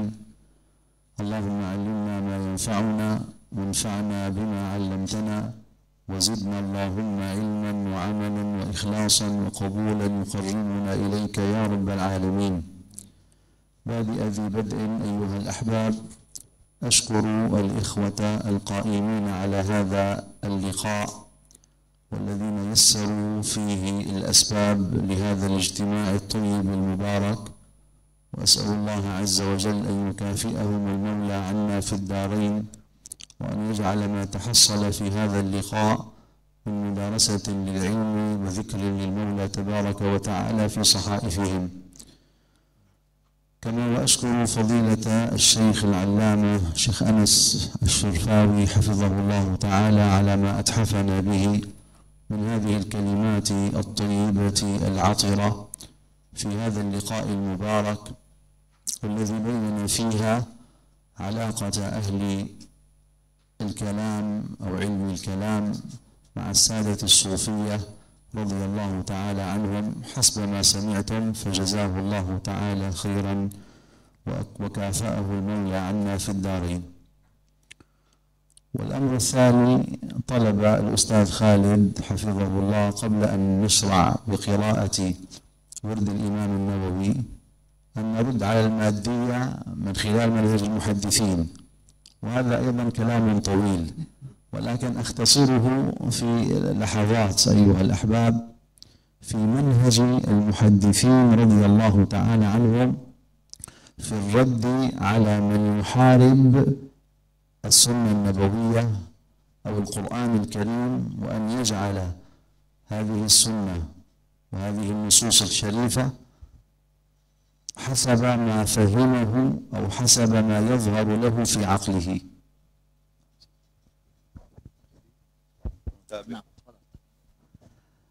فأقول أيها الأحباب، الماديون إنما يريدون في نصوص القرآن الكريم أو نصوص الحديث الشريف ما يوافق عقلهم، فإن وافق عقلهم أخذوا به وعملوا، وإلا تركوه وربما ردوه جملة وتفصيلا.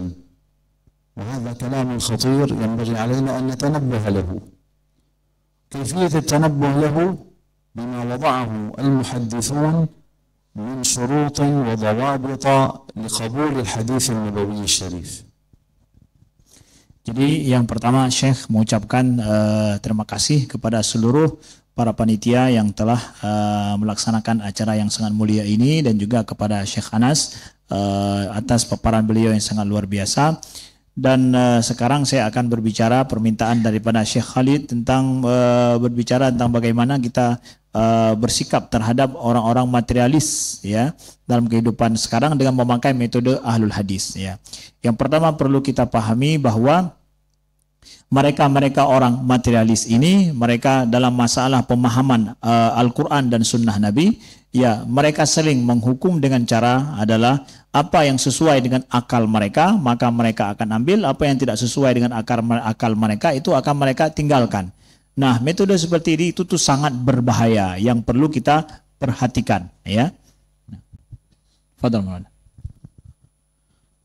هناك قبل أن نتكلم عن ضوابط المحدثين، هناك فترة من الفترات كثرت في البلاد الإسلامية المتصوفة، لا أقول الصوفية الحقيقيون، المتصوفة الذين يتبعون في كل مجلس يريدون الكرامات ويريدون أن يتكلموا بخوارق العادات.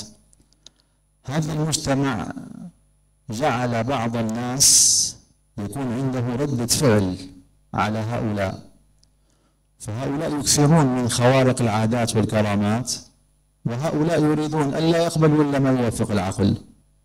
فنشأ عندنا مدرسة من الحداثيين مثل محمد عبده، جمال الدين أفغاني، ومن سرى مسيرهم ومشى في طريقهم، حتى إن واحد من أصحاب هذه المدرسة أراد أن يقدم سيرة النبي عليه الصلاة والسلام للغرب، أراد أن يقدمها كما يوافق عقله، وكل حديث أو موقف من مواقف الحبيب الأعظم عليه الصلاة والسلام لا يوافق عقله لا يقبله ولا يذكره في كتابه. محمد حسنين هيكل ألف كتاب سماه حياة محمد، اللهم صل وسلم وبارك عليه، عرض في هذا الكتاب ما يوافق عقله من خلال السيرة النبوية ومن خلال أحاديث النبي عليه الصلاة والسلام. طيب لماذا يحاول أن يفر ويهرب من كل شيء خارق للعادة؟ طيب ما الذي نتج عن هذا؟ ينتج عن هذا أنه ينكر المعجزات، ينكر المعجزات. العلماء تصدوا للرد على أمثال هؤلاء، رحمه الله الشيخ مصطفى صبري كان ألف كتاب موقف العلم والعالم، وانتصر فيه للنصوص الشرعية. أنا أريد أن أقدم هذه المقدمة لنفهم ما معنى المادية في النصوص الشرعية. فما يوافق عقلهم يضعونه ويعملون به، وما لا يوافق عقلهم يردونه جملة وتفصيلا ولو كان ثابتا في أصح الكتب، لأنه لا ينطبق على قواعد عقلهم. فلذلك نشأت هذه المادية ينبني عليها خلل كبير، إنكار قسم من أقسام العقيدة عندنا، خوارق العادات، الكرامات، المعجزات، وهكذا. يكون الرد على هؤلاء بأن نرجع إلى الضوابط التي بنى المحدثون عليها تلقيهم بالقبول للأخبار. ما هي هذه الضوابط؟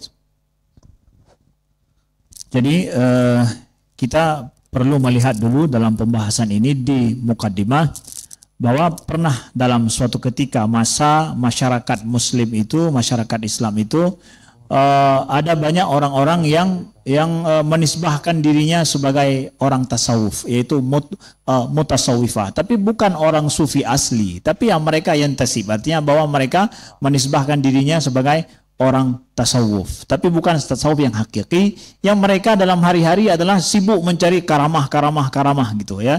Jadi yang karamah itulah yang keramat itu saja yang mereka sukai begitu, sehingga terjadilah suatu hal yang di masyarakat Muslim seakan-akan bahwa inilah Islam, sibuk mencari masalah keramat. Maka muncullah pemikir-pemikir moderat seperti Imam Muhammad Abduh, kemudian juga Jamaluddin Al-Afghani yang akhirnya nanti mengkritisi banyak permasalahan-permasalahan yang luar biasa, permasalahan masalah mukjizat dan juga karamah sebagai respon daripada kondisi masyarakat pada saat itu. Nah, lalu kemudian muncul pula respon lain seperti orang-orang yang mereka membahas sejarah Nabi itu yang sesuai dengan akal mereka saja. Selebih daripada itu tidak mau mereka terima. Jadi seperti misalkan seorang penulis Mesir yang terkenal yaitu Muhammad Hussein Haikal, ya, dia menulis sebuah buku, beliau menulis sebuah buku yang bernama adalah Hayatu Muhammad, ya. Itu dibahas tentang itu yang sesuai dengan akalnya, mereka pahami dalam kejadian sejarah Nabi Sallallahu Alaihi Wasallam, ya. Yang dia pahami dari situ itu saja yang dia tulis, sehingga memunculkan efek lain yaitu ingkar terhadap mukjizat, ya. Karena hanya dibahas masalah yang menurut bisa dicerna oleh akal saja. Nah, ini adalah penyimpangan yang terjadi ketika seseorang mengingkari terhadap mukjizat, karena ini bagian penting dalam akidah kita. Jadi karamah, mukjizat, masalah perkara yang luar biasa, ada nas-nas syariat, ya, hadis dan Al-Quran yang berbicara tentang masalah ini. Nah, sekarang bagaimana, ya, dawabit ataupun prinsip-prinsip penting daripada ulama hadis di dalam berbicara tentang masalah nusus-nusus yang berbicara tentang masalah yang luar biasa seperti ini. فعلماء المصطلح رحمهم الله تعالى إنما فتشوا ومحصوا ووضعوا شروطا وقواعد من أجل أن يتقبلوا هذا الحديث أو هذا الخبر على مقتضى قواعدهم فيكون العمل به سواء كان في الأحكام أو كان في الفضائل. فلا يقبلون في الأحكام مثلا إلا الحديث الصحيح والحسن، وأما في باب الفضائل فتوسعوا. طيب، من أجل هذا كان عناية المحدثين فائقة في تلقي الخبر، فصار عندنا علم ما يتعلق بالإسناد وعلم ما يتعلق بالمتن، حتى إن في علم الإسناد مبحث كامل في الجرح والتعديل، وهذا ليس من باب الغيبة إذا كان الراوي مجروحا، لا، بل من باب الحفظ والحرص لإثبات هذا النص. فوضعوا مثلا شروطا 5 لكون الحديث صحيحا أو حسنا حتى يعمل به في الأحكام. Nah, para ulama hadis membuat prinsip-prinsip penting dalam masalah ini, misalkan dalam masalah hukum dan juga masalah fadail. Dalam masalah hukum, ulama mustalah hadis itu tidak menerima hadis kecuali hadis yang sahih atau hasan. Adapun dalam masalah fadail a'mal, ya, mereka memberikan keluangan dan kebebasan dalam masalah prinsip menerima hadis-hadis dalam permasalahan ini. Nah, jadi akhirnya muncullah para ulama membuat prinsip-prinsip penting dalam hadis tentang masalah isnad dan juga memahami matan sebuah hadis, ya. Mereka membuat prinsip tentang hadis yang sahih, misalkan harus tercapai 5 syarat-syarat yang sangat penting. Kemudian juga dalam masalah sanad juga mereka berbicara tentang jarah dan ta'dil. Dan ini bukan masalah mengupat, bukan, tapi adalah bagaimana menjaga, ya, agama ini dengan nas-nas daripada hadis secara baik supaya agama ini terjaga pemahamannya dengan baik. فالخبر لا يكون صحيحا أو حسنا عندهم إلا إذا اتصل سنده بنقل العدل الضابط عن مثله من أول السند إلى منتهاه، وسلم من الشذوذ وسلم من العلة. 5 في هذه الشروط ما يتعلق بالرجال أي بالسند، وهناك ما يتعلق بالمتن، اتصال السند، ثبوت العدالة، ثبوت الضبط، عدم الشذوذ، عدم العلة. هذه ال5 شروط لا يقبل أي حديث إذا اختل شرط منها. أنا أتكلم في الأحكام، فإذا اختل شرط من هذه الشروط ال5 خرج الحديث عن كونه مقبولا من حيث الاحتجاج في الأحكام الفقهية أو العملية. Adapun dalam masalah hukum hadis yang sahih, itu para ulama mustalah hadis telah menyebutkan ada 5 syarat sebuah hadis itu dihukumkan sahih. Yang pertama adalah ittisalus sanad, kemudian adalah perawinya itu adil, selanjutnya adalah dia itu ada dhabt, kemudian tidak ada syuzuz dan juga illah. Ini dipahami semua oleh para pelajar hadis. Para ulama menyebutkan hal ini. Ini perlu dipelajari sendiri nanti apa maksud-maksud daripada hal ini. Nah, ini semua adalah dipakai oleh para ulama untuk menyebutkan kalau ke-5 syarat ini ada dalam sebuah hadis dan sanad, ada masalah, ada matan di situ, ada masuk syarat untuk matan dan syarat juga untuk sanad. Apabila kurang satu daripada 5 syarat ini, maka hadis itu tidak diterima sebagai hadis sahih. وهذه الشروط الخمسة هي شروط الحديث الصحيح، وهي نفسها شروط الحديث الحسن، والفرق بين الصحيح والحسن فقط في شرط الضبط.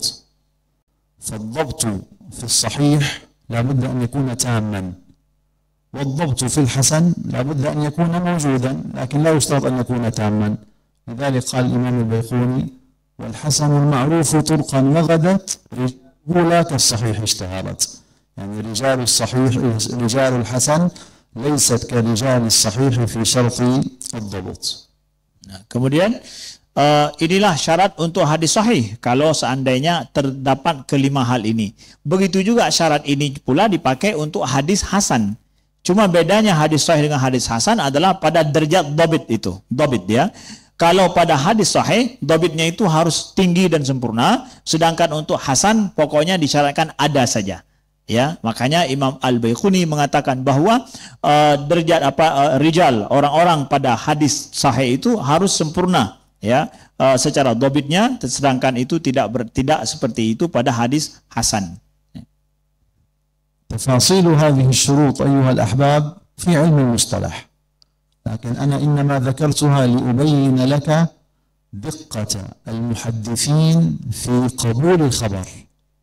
فلا يقبلون الخبر، ويعني عندما أقول قبول لا يحتجون بالخبر ولا سيما في الأحكام إلا إذا تحققت فيه هذه الشروط.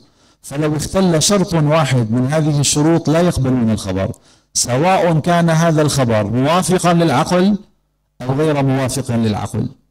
ففي حديث المسح على الخفين مثلا يروون خبر سيدنا علي عليه السلام عندما قال: لو كان الأمر بالعقل لكان المسح على باطن الخف أولى من المسح على ظاهره. قبلوا هذا الخبر وبينوا لنا أن السبب هنا تعبدي. عندما نقرأ بالفقه كثير ما يقولون والسبب فيه تعبدي. إيش يعني تعبدي؟ ما ظهرت لنا الحكمة، ما ظهر لنا، يعني العقل عندنا ما فتش على هذا السبب، فتحريهم لقبول الخبر هو غاية الرد على المادية الذين يتبعون منهج الحداثة. Jadi syarat-syarat ini saya sebutkan adalah untuk saya sampaikan kepada kalian bahwa bagaimana ulama hadis itu sangat berhati-hati di dalam mereka menerima sebuah kabar daripada Rasulullah Sallallahu Alaihi Wasallam. Nah, jadi mereka dengan meletakkan syarat ini, mereka akan menerima kalau sesuai dengan syarat ini tentang sebuah kabar atau sebuah hadis, apakah hadis itu bisa dicerna oleh akal atau tidak bisa dicerna, itu semua akan mereka terima asal sesuai dengan syarat ini. Nah, jadi karena agama ini adalah bukanlah harus semuanya bisa dicerna langsung oleh akal. Sebagaimana hadis daripada Imam Ali, ya, pada sebuah kabar daripada Imam Ali yang beliau mengatakan bahwa kalau seandainya agama ini harus dipahami dengan akal, maka mashu, yaitu membasuh di atas khuf itu, membasuh di bawah khuf itu lebih utama daripada membasuh di atas khuf, ya kan? Dalam masalah kita berwudu membasuh di atas dengan memakai khuf gitu. Jadi agama ini tidak semuanya harus dipahami, karena di sana ada harus dipahami secara akal saja, karena di sana ada masalah yang ta'abbudi. sifatnya adalah ibadah. Jadi kita mengikuti sesuatu dalam agama karena ta'abbud, beribadah kepada Allah, ikut saja, sudah begitunya. Saya sampaikan ini sebagai langkah awal untuk memahami bagaimana orang-orang yang moderat, yang mereka dalam agama, dalam masalah kabar daripada Nabi, yang mereka hanya menerima kalau sesuai dengan akal mereka saja.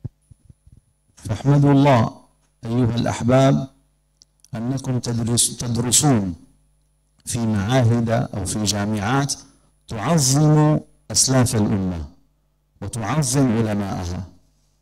كثير من الجامعات اليوم مع كل أسف يأتي المدرس يدخل فيقول مثلا قال الشافعي، قال الإمام أبو حنيفة، قال الإمام مالك، قال يعرض أقوال الأئمة ثم يقول وأقول. من أنت حتى تقول أمام هؤلاء الفحول؟ هؤلاء الرجال أجمعت الأمة على تلقي كلامهم وعلى أنهم بلغوا الغاية العليا في العدالة والضبط. وأما أنت طلابك نفسك، طلابك أنفسهم الذين يحضرون محاضرتك 3 لا يجتمعون على كلامك، فتريد مني بالعقل الآن تريد مني أن أترك هؤلاء الأئمة الذين تلقى العلماء كلامهم بالقبول وآخذ كلامك أنت الذي لربما لا تعرف الفرق بين الحديث المقطوع والمنقطع. هذا هو البلاء. فتنبهوا لهذه المسألة فإنها مسألة خطيرة. يريد أن يسوي نفسه بالأئمة العظام، وهذا ما ينبغي لأحد أن يسلم له ولا يناقشه ولا أن يناقشه، بل نرجع إلى ما قال أئمتنا، نرجع إلى ما فهم أئمتنا من النصوص.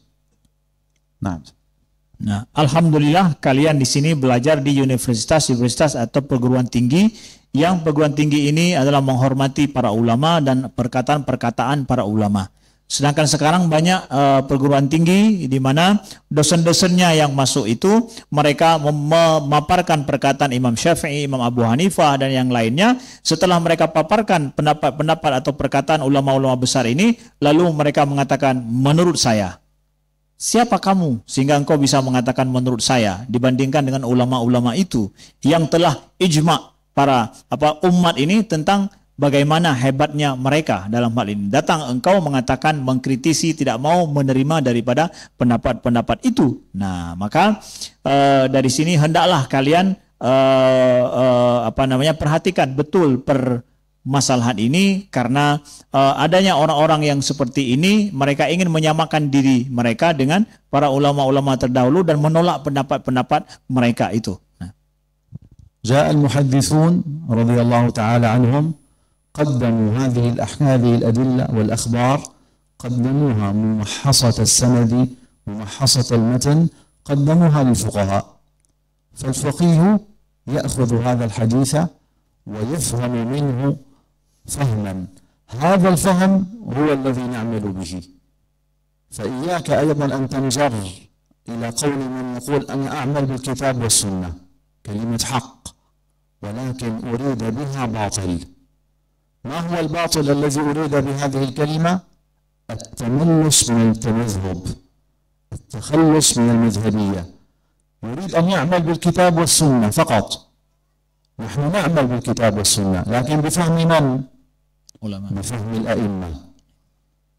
ليس كل واحد عنده أهلية الفهم كما فهم الأئمة. ومن باب التقريب وقصة تبين لك المنهج الذي كان يعيش به أهل الإسلام أو عامة المسلمين لما كان هناك عندنا علماء يتمسكون بأصول الدين إيمانا إسلاما إحسانا. جاء امرأة رفعت الأمر إلى القاضي في المغرب، عندها قضية، رفعت الأمر للقاضي، قالت للقاضي، قال لها القاضي أتريدين مني أن أحكم لك بقول رسول الله صلى الله عليه وسلم؟ انظر المغالطة الآن. أتريدين مني أن أحكم لك بقول رسول الله صلى الله عليه وسلم أو بقول الإمام مالك؟ العجوز مباشرة قالت له احكم لي بقول مالك.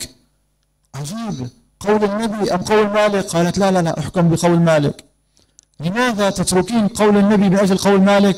قالت أنا عندي ثقة بفهم مالك لكلام رسول الله صلى الله عليه وسلم، وليس عندي ثقة بفهمك أنت لكلام رسول الله صلى الله عليه وآله وسلم. هذا يبين لك أيها الأخ الكريم ما هو الحال الذي كان يعيشه عامة المسلمين عند وجود العلماء الذين ضبطوا الكتاب والسنة بفهم أئمة الأمة. Nah, selanjutnya Syekh mengatakan kepada kita bahwa hati-hatilah terhadap mereka yang mengatakan bahwa kita mengambil Quran dan Sunnah, ya, mengambil Quran dan Sunnah, dan kita hanya berhukum dengan Quran dan Sunnah di dalam kita mengamalkan agama kita. Ini semua adalah untuk tak lain adalah satu upaya halus untuk maksudnya mereka meninggalkan pemahaman ulama-ulama mazhab. Nah, sebenarnya yang terjadi awal adalah para ulama hadis, mereka telah menguji hadis secara matan dan secara sanad dan membuat sebuah hukum tentang hadis itu. Lalu hadis itu dihidangkan kepada para fuqaha. Para fuqaha kemudian mereka memahami apa yang ada dalam hadis itu untuk mengeluarkan hukum-hukum untuk kita amalkan kemudian. Maka kita dengan mudah bisa mengamalkan pendapat para fuqaha itu di dalam kita mengamalkan hadis Nabi. Ini adalah terjadinya ta'awun antara ulama hadis dengan fuqaha. Datang orang hari ini mengatakan bahwa kita hanya menerima dari Quran dan hadis. Mereka tinggalkan pendapat para a'immah tersebut. Ini adalah merupakan penyimpangan. Maksud mereka adalah untuk meninggalkan mazhab-mazhab dan para ulama-ulama kita yang telah setelah ijma' kita semua tentang masalah kekhususan mereka dalam memahami dan kemampuan mereka yang luar biasa itu dalam memahami hadis-hadis Nabi. Ada sebuah contoh untuk mendekatkan kepada kalian, kata Syekh, tentang seorang wanita tua datang kepada seorang hakim di Maghrib.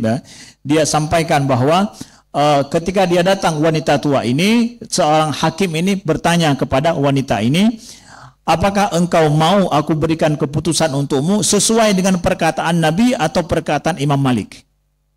Langsung wanita tua ini mengatakan bahwa aku mau engkau berikan keputusan hukum padaku dengan perkataan Imam Malik. Ajaib menurut hakim ini. Perkataan Nabi atau perkataan Imam Malik? Tetap wanita ini mengatakan pakai perkataan Imam Malik. Bukan perkataan Nabi. Bukan. Kenapa? Karena aku lebih percaya pemahaman Malik terhadap hadis Nabi daripada pemahamanmu terhadap hadis Nabi. Ya, begitu Allah. Nah.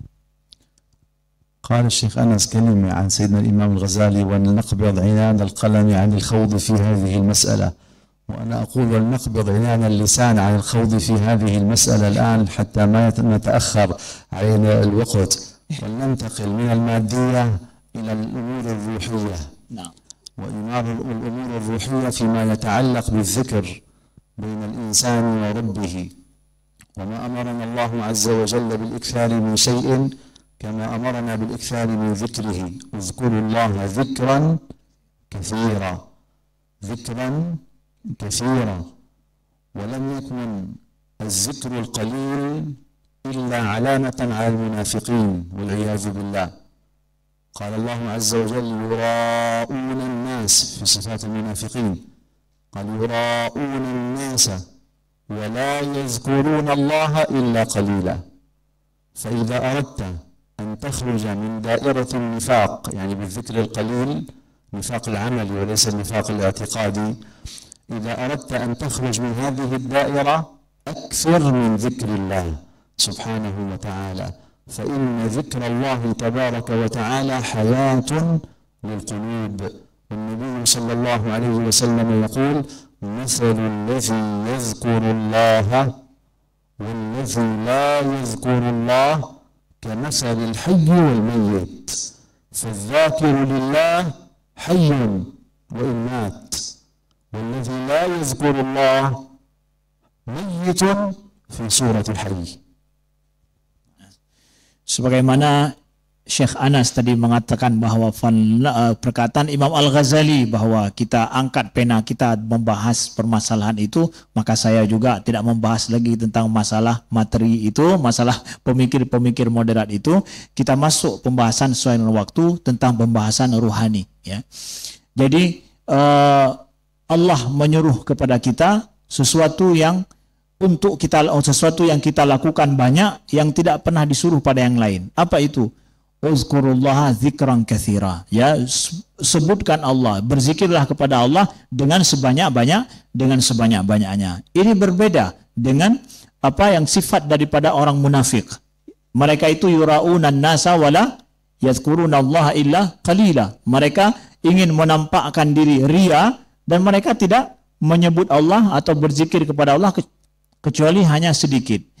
Jadi kalau engkau ingin keluar daripada nifak amali, ini nifak amali bukan nifak i'tiqadi, adalah banyak-banyaklah engkau menyebut akan Allah, karena sesungguhnya orang yang berzikir kepada Allah banyak, dia adalah hidup. Sedangkan dia yang tidak berzikir kepada Allah dengan banyak, dia itu adalah orang mati, ya. Inilah kata Nabi, perbedaan antara orang hidup dengan orang mati itu adalah pada banyak dia berzikir kepada Allah Subhanahu wa ta'ala. Yang dia banyak berzikir kepada Allah, maka dia hidup walaupun dia telah jadi mayit. Adapun orang yang tidak banyak berzikir kepada Allah, dia sebenarnya mati walaupun dalam bentuk orang hidup. وأقل الذكر الكثير أيها الأحباب كما قال الإمام أبو طالب المكي في كتابه قوت القلوب: أقل شيء أن تذكر الله عز وجل في اليوم 300 مرة، ومنهم من قال 500 مرة، وتتحصل هذه 500 بأذكار الصلوات. فمن يحافظ على التسبيح 33 والتحميد 33 والتكبير 33 وتمام 100 لا إله إلا الله وحده لا شريك له له الملك وله الحمد يحيي ويميت وهو على كل شيء قدير، هذه 100. 5 صلوات 500. من يحافظ على أذكار ما بعد الصلاة خلاص يخرج من دائرة النفاق العملي إلى دائرة الذكر الكثير. هذا أقل شيء. Nah, jadi Imam Taib Al-Makki dalam kitab Qut Qulub, beliau mengatakan bahwa paling sedikit seseorang itu menyebut Allah yang banyak, banyak menyebut Allah paling sedikit, gimana bilangnya ya? Banyak menyebut Allah kan suruhan, tapi paling sedikitnya kata beliau itu adalah 300 kali. Ada juga yang mengatakan yang lain 500 kali. Dengan cara apa? Ya, kita menjaga setelah selesai salat, azkar yang biasa kita ucapkan itu sampai 100 dengan tahmid, kemudian dengan tasbih, tahmid dan takbir, kita tutup dengan la ilaha illallah wahdahu la syarikalah. Jadi 100 kali setiap kali salat kita, maka 5 kali dia dapat 500. Maka dengan demikian dia akan keluar daripada sifat nifak amali. Setiap orang, setiap hari. وخير الأذكار أيها الأحباب ما ورد عن النبي المختار صلى الله عليه وآله وصحبه وسلم، وقد ألف العلماء في ذلك كتبا كثيرة، وخير ما ترجعون إليه من هذه الكتب كتاب الأذكار للإمام النووي رحمه الله تعالى، فقد جمع فيه الأذكار الواردة عن النبي صلى الله عليه وآله وصحبه وسلم. وقديما قالوا بيع الدار واشتري الأذكار. Ya.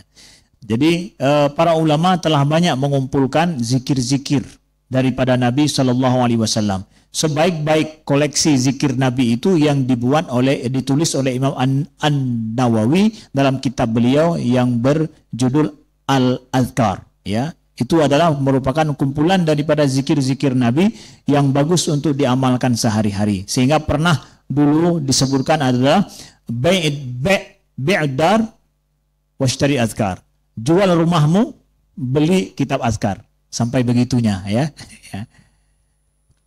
وقد رتب الأئمة والعلماء الصالحون بعض أذكار خاصة بهم أخذوها من كلام النبي عليه الصلاة والسلام بالجملة على العموم، وزادوا بعض الألفاظ من عندهم.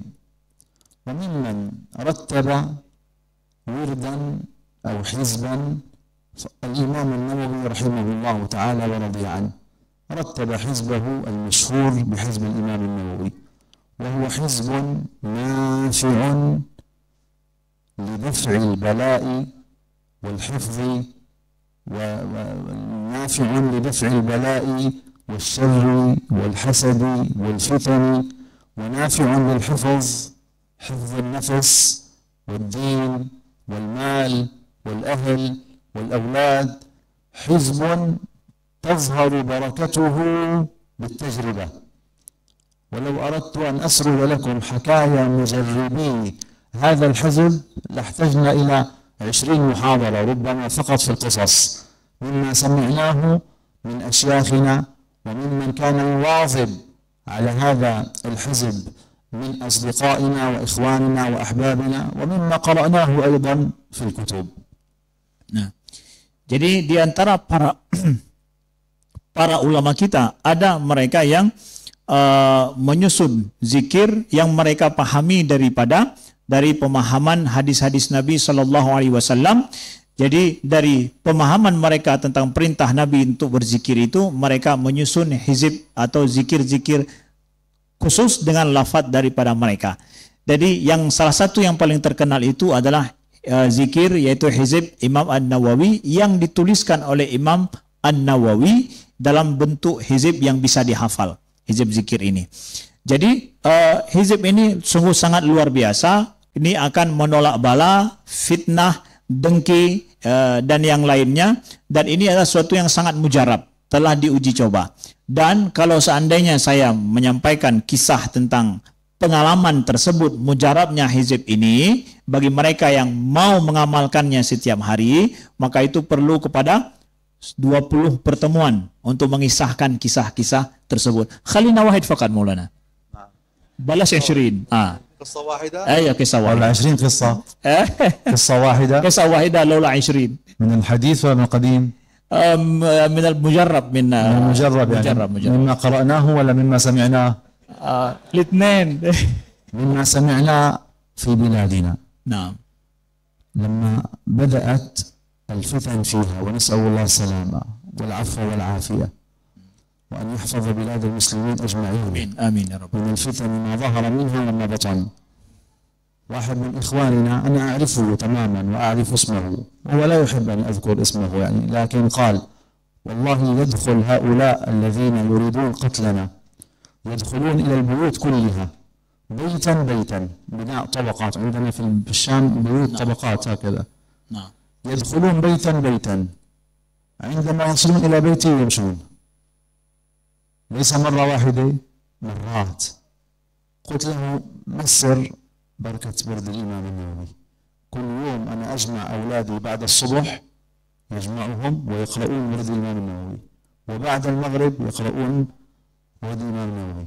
يقول في الإمام النووي فيه: خبأت نفسي في خزائن بسم الله، أقفالها ثقتي بالله، مفاتيحها لا قوة إلا بالله، أدافع بك اللهم عن نفسي ما أطيق وما لا أطيق، لا طاقة لمخلوق مع قدرة الخالق.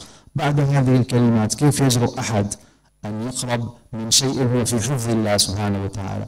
قل والله لمست بركة هذا الورد طيلة 10 سنوات، 10 سنوات من القتل والتدمير، ما أبالغ. يدخلون يأخذون الشباب إلى جيوشهم، يقتلون ربما الرجل الكبير في السن ويقتلون النساء، أشياء عجيبة. يقتلون أهل الإسلام ويدعون أهل الأوثان. حفظه الله ببركة ورد الإمام النووي. Masya Allah. Jadi ada satu kisah yang saya minta untuk disampaikan kepada kita, enggak 20 ya, 1 lah minimalnya. Jadi beliau sampaikan bahwa ini kisah dari yang saya dengar yang terjadi di negeri kami, negeri Syam. Kita tahu bahwa bagaimana fitnah terjadi di sana. Jadi ada dari orang yang langsung mengalaminya dan mereka mengamalkan wirid Imam Nawawi ini setiap hari. Jadi datang pasukan, ya, itu masuk setiap rumah, mereka taftish, mereka periksa setiap rumah untuk mengambil orang di dalamnya. Itu setiap tingkatan mereka masuk semua rumah, begitu ya. Tetapi di rumah laki-laki ini tidak pernah dimasuki. Itu bukan sekali, tapi berkali-kali, karena mereka akan mengambil banyak orang atau mengambil ada pemuda yang disuruh jadi tentara atau nanti orang tua yang dibunuh gitu. Tapi rumah itu tidak pernah mereka masuki, dan rumah beliau tidak masuki sampai 10 tahun ini. Tidak pernah dimasuki oleh orang-orang jahat itu. Nah, jadi Beliau tanya sebabnya kenapa? Beliau katakan bahwa berkah daripada wirid Imam Nawawi ini yang selalu beliau kumpulkan anak-anak beliau baca setelah sholat fajar dan juga setelah sholat maghrib. Ya, jadi nampak berkahnya dijaga oleh Allah Subhanahu Wa Taala dengan sebab daripada wirid ini. وسمعت من فضيلة الحبيب العلامة سالم بن عبد الله الشاطري رحمه الله تعالى أنه كان يقول من يواظب على ورد الإمام النووي رحمه الله تعالى فهو محفوظ حتى من سلب الأولياء، يعني حتى الأولياء ما يسلبونه ما عنده. Nah, kemudian saya mendengarkan disebutkan oleh Syekh Habib Salim Syatri, beliau sampaikan bahwa siapa mereka yang membaca wirid Imam Nawawi ini, maka dia akan terjaga bahkan daripada salbil aulia. Ya. Jadi dia akan terjaga bahkan dari aulia-aulia yang soleh. Bahkan dari aulia yang soleh nggak mampu berbuat apa-apa terhadap dia gitu. Sampai begitunya penjagaan. ففي هذه الفرصة نقرأ هذا الورد فيما بيننا بنية الحفظ لنا ولكم ولإخواننا وأهلنا وأحبابنا وذوينا وبلاد المسلمين جميعا. آمين. نقرأ هذا الورد معكم، موجود في الهواتف، موجود، نقرأه من باب ضبط الرواية، موجود من باب ضبط الرواية، ثم بعد ذلك يجيزنا فضيلة الشيخ أنس حفظه الله تعالى. بسم الله الرحمن الرحيم. Ada semua wirid sama kalian? Ada ya? Jadi sama-sama kita menghafal dengan niat membaca dengan niat untuk menghafal, nanti diijazahkan oleh Syekh insyaallah taala. Bismillahirrahmanirrahim. Bismillah, Allahu akbar, Allahu akbar, Allahu akbar. أقول على نفسي وعلى ديني وعلى أهلي وعلى أولادي وعلى مالي وعلى أصحابي وعلى أديانهم وعلى أموالهم ألف بسم الله. الله أكبر، الله أكبر، الله أكبر. أقول على نفسي وعلى ديني وعلى أهلي وعلى أولادي وعلى مالي وعلى أصحابي وعلى أديانهم وعلى أموالهم ألف بسم الله. الله أكبر، الله أكبر، الله أكبر. أقول على نفسي وعلى ديني وعلى أهلي وعلى أولادي وعلى مالي وعلى أصحابي وعلى أديانهم وعلى أموالهم ألف لا حول ولا قوة إلا بالعلي العظيم. بسم الله وبالله ومن الله وإلى الله وعلى الله وفي الله ولا حول ولا قوة إلا بالله العلي العظيم. بسم الله على ديني وعلى نفسي وعلى أولادي. بسم الله على مالي وعلى أهلي. بسم الله على كل شيء أعطانيه ربي. بسم الله رب السماوات السبع ورب الأرضين السبع. بسم الله الذي لا يضر مع اسمه شيء في الأرض ولا في السماء وهو السميع العليم. بسم الله الذي لا يضر مع اسمه شيء في الأرض ولا في السماء وهو السميع العليم. بسم الله الذي لا يضر مع اسمه شيء في الأرض ولا في السماء وهو السميع العليم. بسم الله خير الأسماء في الأرض وفي السماء. بسم الله أفتتح وبه أختتم. الله الله الله الله ربي لا أشرك به شيئا. الله الله الله الله ربي لا إله إلا الله. الله أعز وأجل وأكبر مما أخاف وأحذر. بك اللهم أعوذ من شر نفسي ومن شر غيري ومن شر ما خلق ربي وذرأ وبرأ. وبك اللهم أحترز منهم وبك اللهم أعوذ من شرورهم، وبك اللهم أدرأ في نحورهم، وأقدم بين يدي وأيديهم. بسم الله الرحمن الرحيم.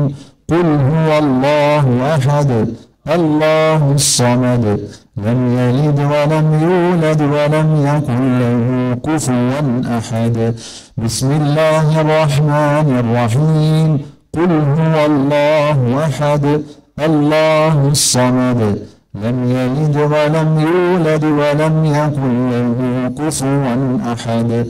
بسم الله الرحمن الرحيم. قل هو الله أحد الله الصمد لم يلد ولم يولد ولم يكن له كفوا أحد. ومثل ذلك عن يميني وأيمانهم، ومثل ذلك عن شمالي وعن شمائلهم، ومثل ذلك أمامي وأمامهم، ومثل ذلك من خلفي ومن خلفهم، ذلك من فوقي ومن فوقهم، ومثل ذلك من تحتي ومن تحتهم، ومثل ذلك محيط بي وبهم. اللهم إني أسألك لي ولهم من خيرك بخيرك الذي لا يملكه غيرك. اللهم اجعلني وإياهم في عبادك وعياذك وجوارك وأمانك وحزبك وحرزك وكنفك، من شر كل شيطان وسلطان وإنس وجان وباغ وحاسد وسبع وحية وعقرب، ومن شر كل دابة أنت آخذ بناصيتها، إن ربي على صراط مستقيم. حسبي الرب من المربوبين، حسبي الخالق من المخلوقين، حسبي الرازق من المرزوقين، حسبي الساتر من المستورين، حسبي الناصر من المنصورين، حسبي القاهر من المقهورين، حسبي الذي هو حسبي، حسبي من لم يزل حسبي، حسبي الله ونعم الوكيل. حسبي الله من جميع خلقه، إن وليي الله الذي نزل الكتاب وهو يتولى الصالحين.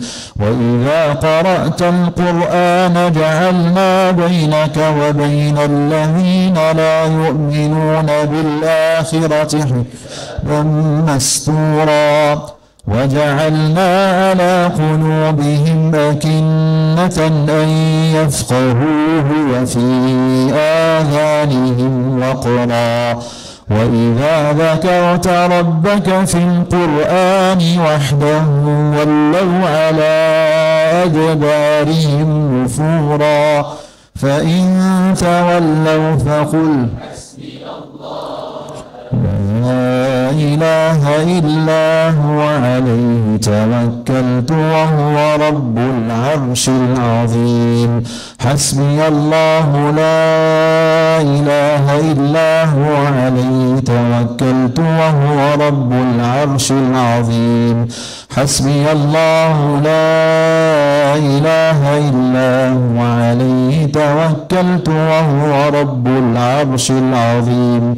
حسبي الله لا إله إلا هو عليه توكلت وهو رب العرش العظيم. حسبي الله لا إله إلا هو عليه توكلت وهو رب العرش العظيم. حسبي الله لا إله إلا هو عليه توكلت وهو رب العرش العظيم. حسبي الله لا إله إلا هو عليه توكلت وهو رب العرش العظيم. ولا حول ولا قوة إلا بالله العلي العظيم.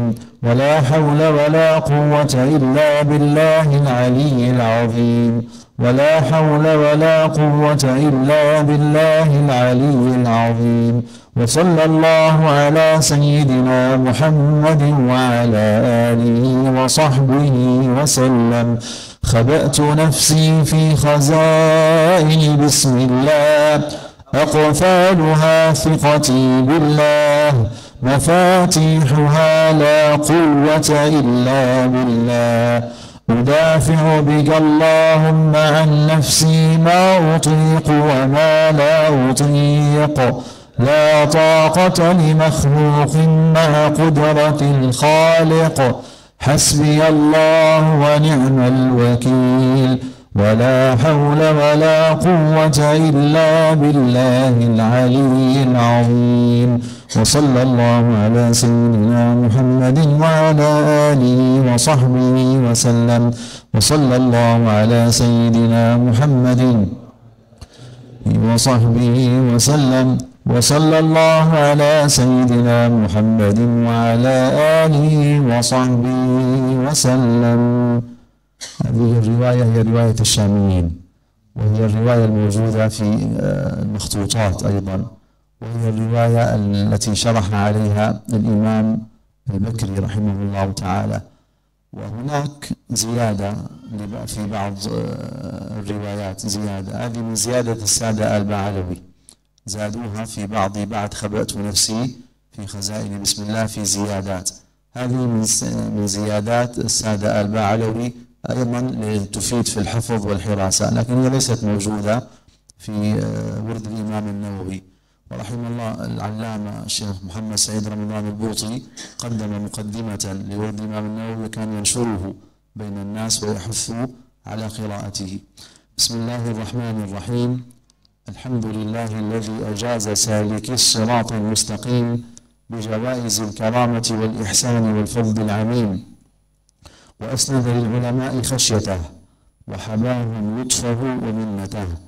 والصلاة والسلام على سند العالمين سيدنا محمد وعلى آله وأصحابه وعلى كل من لهديهم الكامل اعتمد وله قصد. وبعد، فقد جعل الله تعالى الإجازة في العلم رأس مال كبير يبلغ به الطالب الربح الغزير، لأنها أحد طرق التحمل لأحاديث البشير النذير، ولأنها موصلة لمؤلفي كتب الشريعة المطهرة من كل حبر محرير.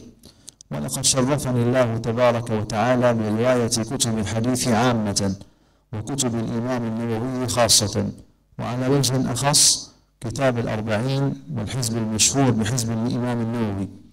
وإني أرويهما عن كثير من علماء الشام والحجاز واليمن وإندونيسيا، فمن طريق الشاميين حتى تجتمع البركة، لا من باب التعصب، حتى تجتمع البركات، بركة إندونيسيا وبركة أهل الشام. فمن طريق الشاميين أقول مستعينا بالمولى الكريم.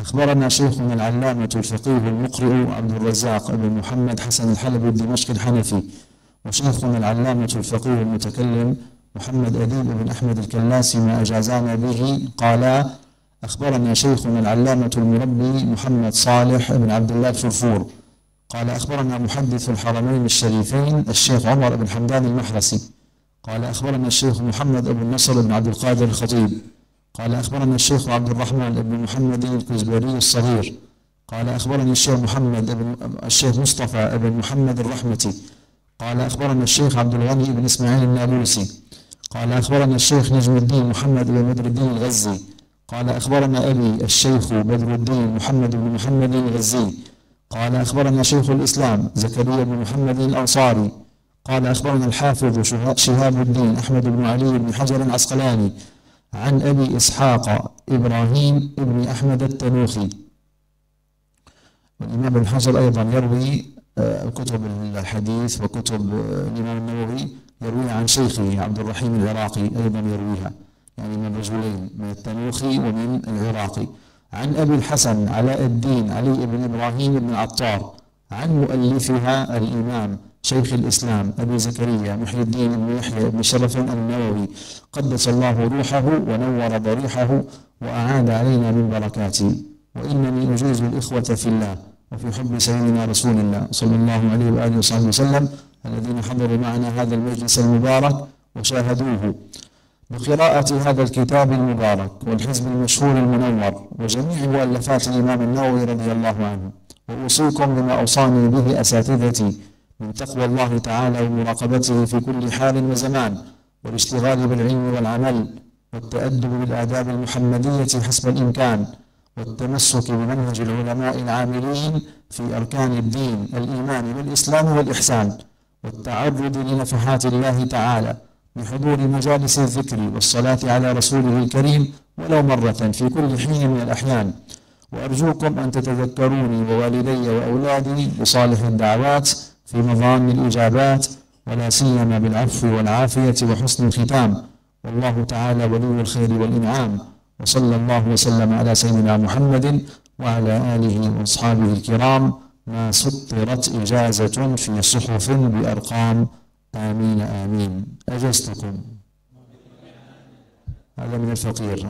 هذه إجازة الأصاغر للأكابر، وأما الآن إجازة الأكابر للأكابر فمع فضيلة سيدنا الشيخ أنس. وأجزتكم يا أيها الإخوة أيضا من طريق أشياخي إلى الإمام النووي رضي الله تعالى عنه بكل ما ألفه وكتبه وسطره رضي الله تعالى عنه وأرضاه، فنسأل الله سبحانه وتعالى القبول. أجزتكم. الحمد لله رب العالمين.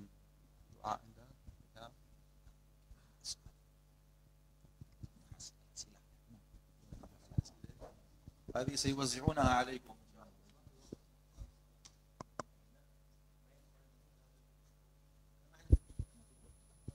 ما في مشكلة. نعم. أنا أسأل وأنت تترجم. يعني نحن نجلس معكم ونفرح بهذا اللقاء، لكن إذا تعبتم من الجلوس أنتم في حل من أمركم، وإذا ما تعبتم نجيب على سؤالين قبيل الظهر. تعبتم أم لا؟ بل حتى لماذا؟ فهموا سيدي هؤلاء، فهموا. سألتهم تعبتم أم لا؟ قالوا لا. لماذا تترجم أنت إذن؟ خلاص هم يفهمون. لا إله إلا. تمام، ما شاء الله، بارك الله فيك شيخنا. الحمد لله رب العالمين. Jadi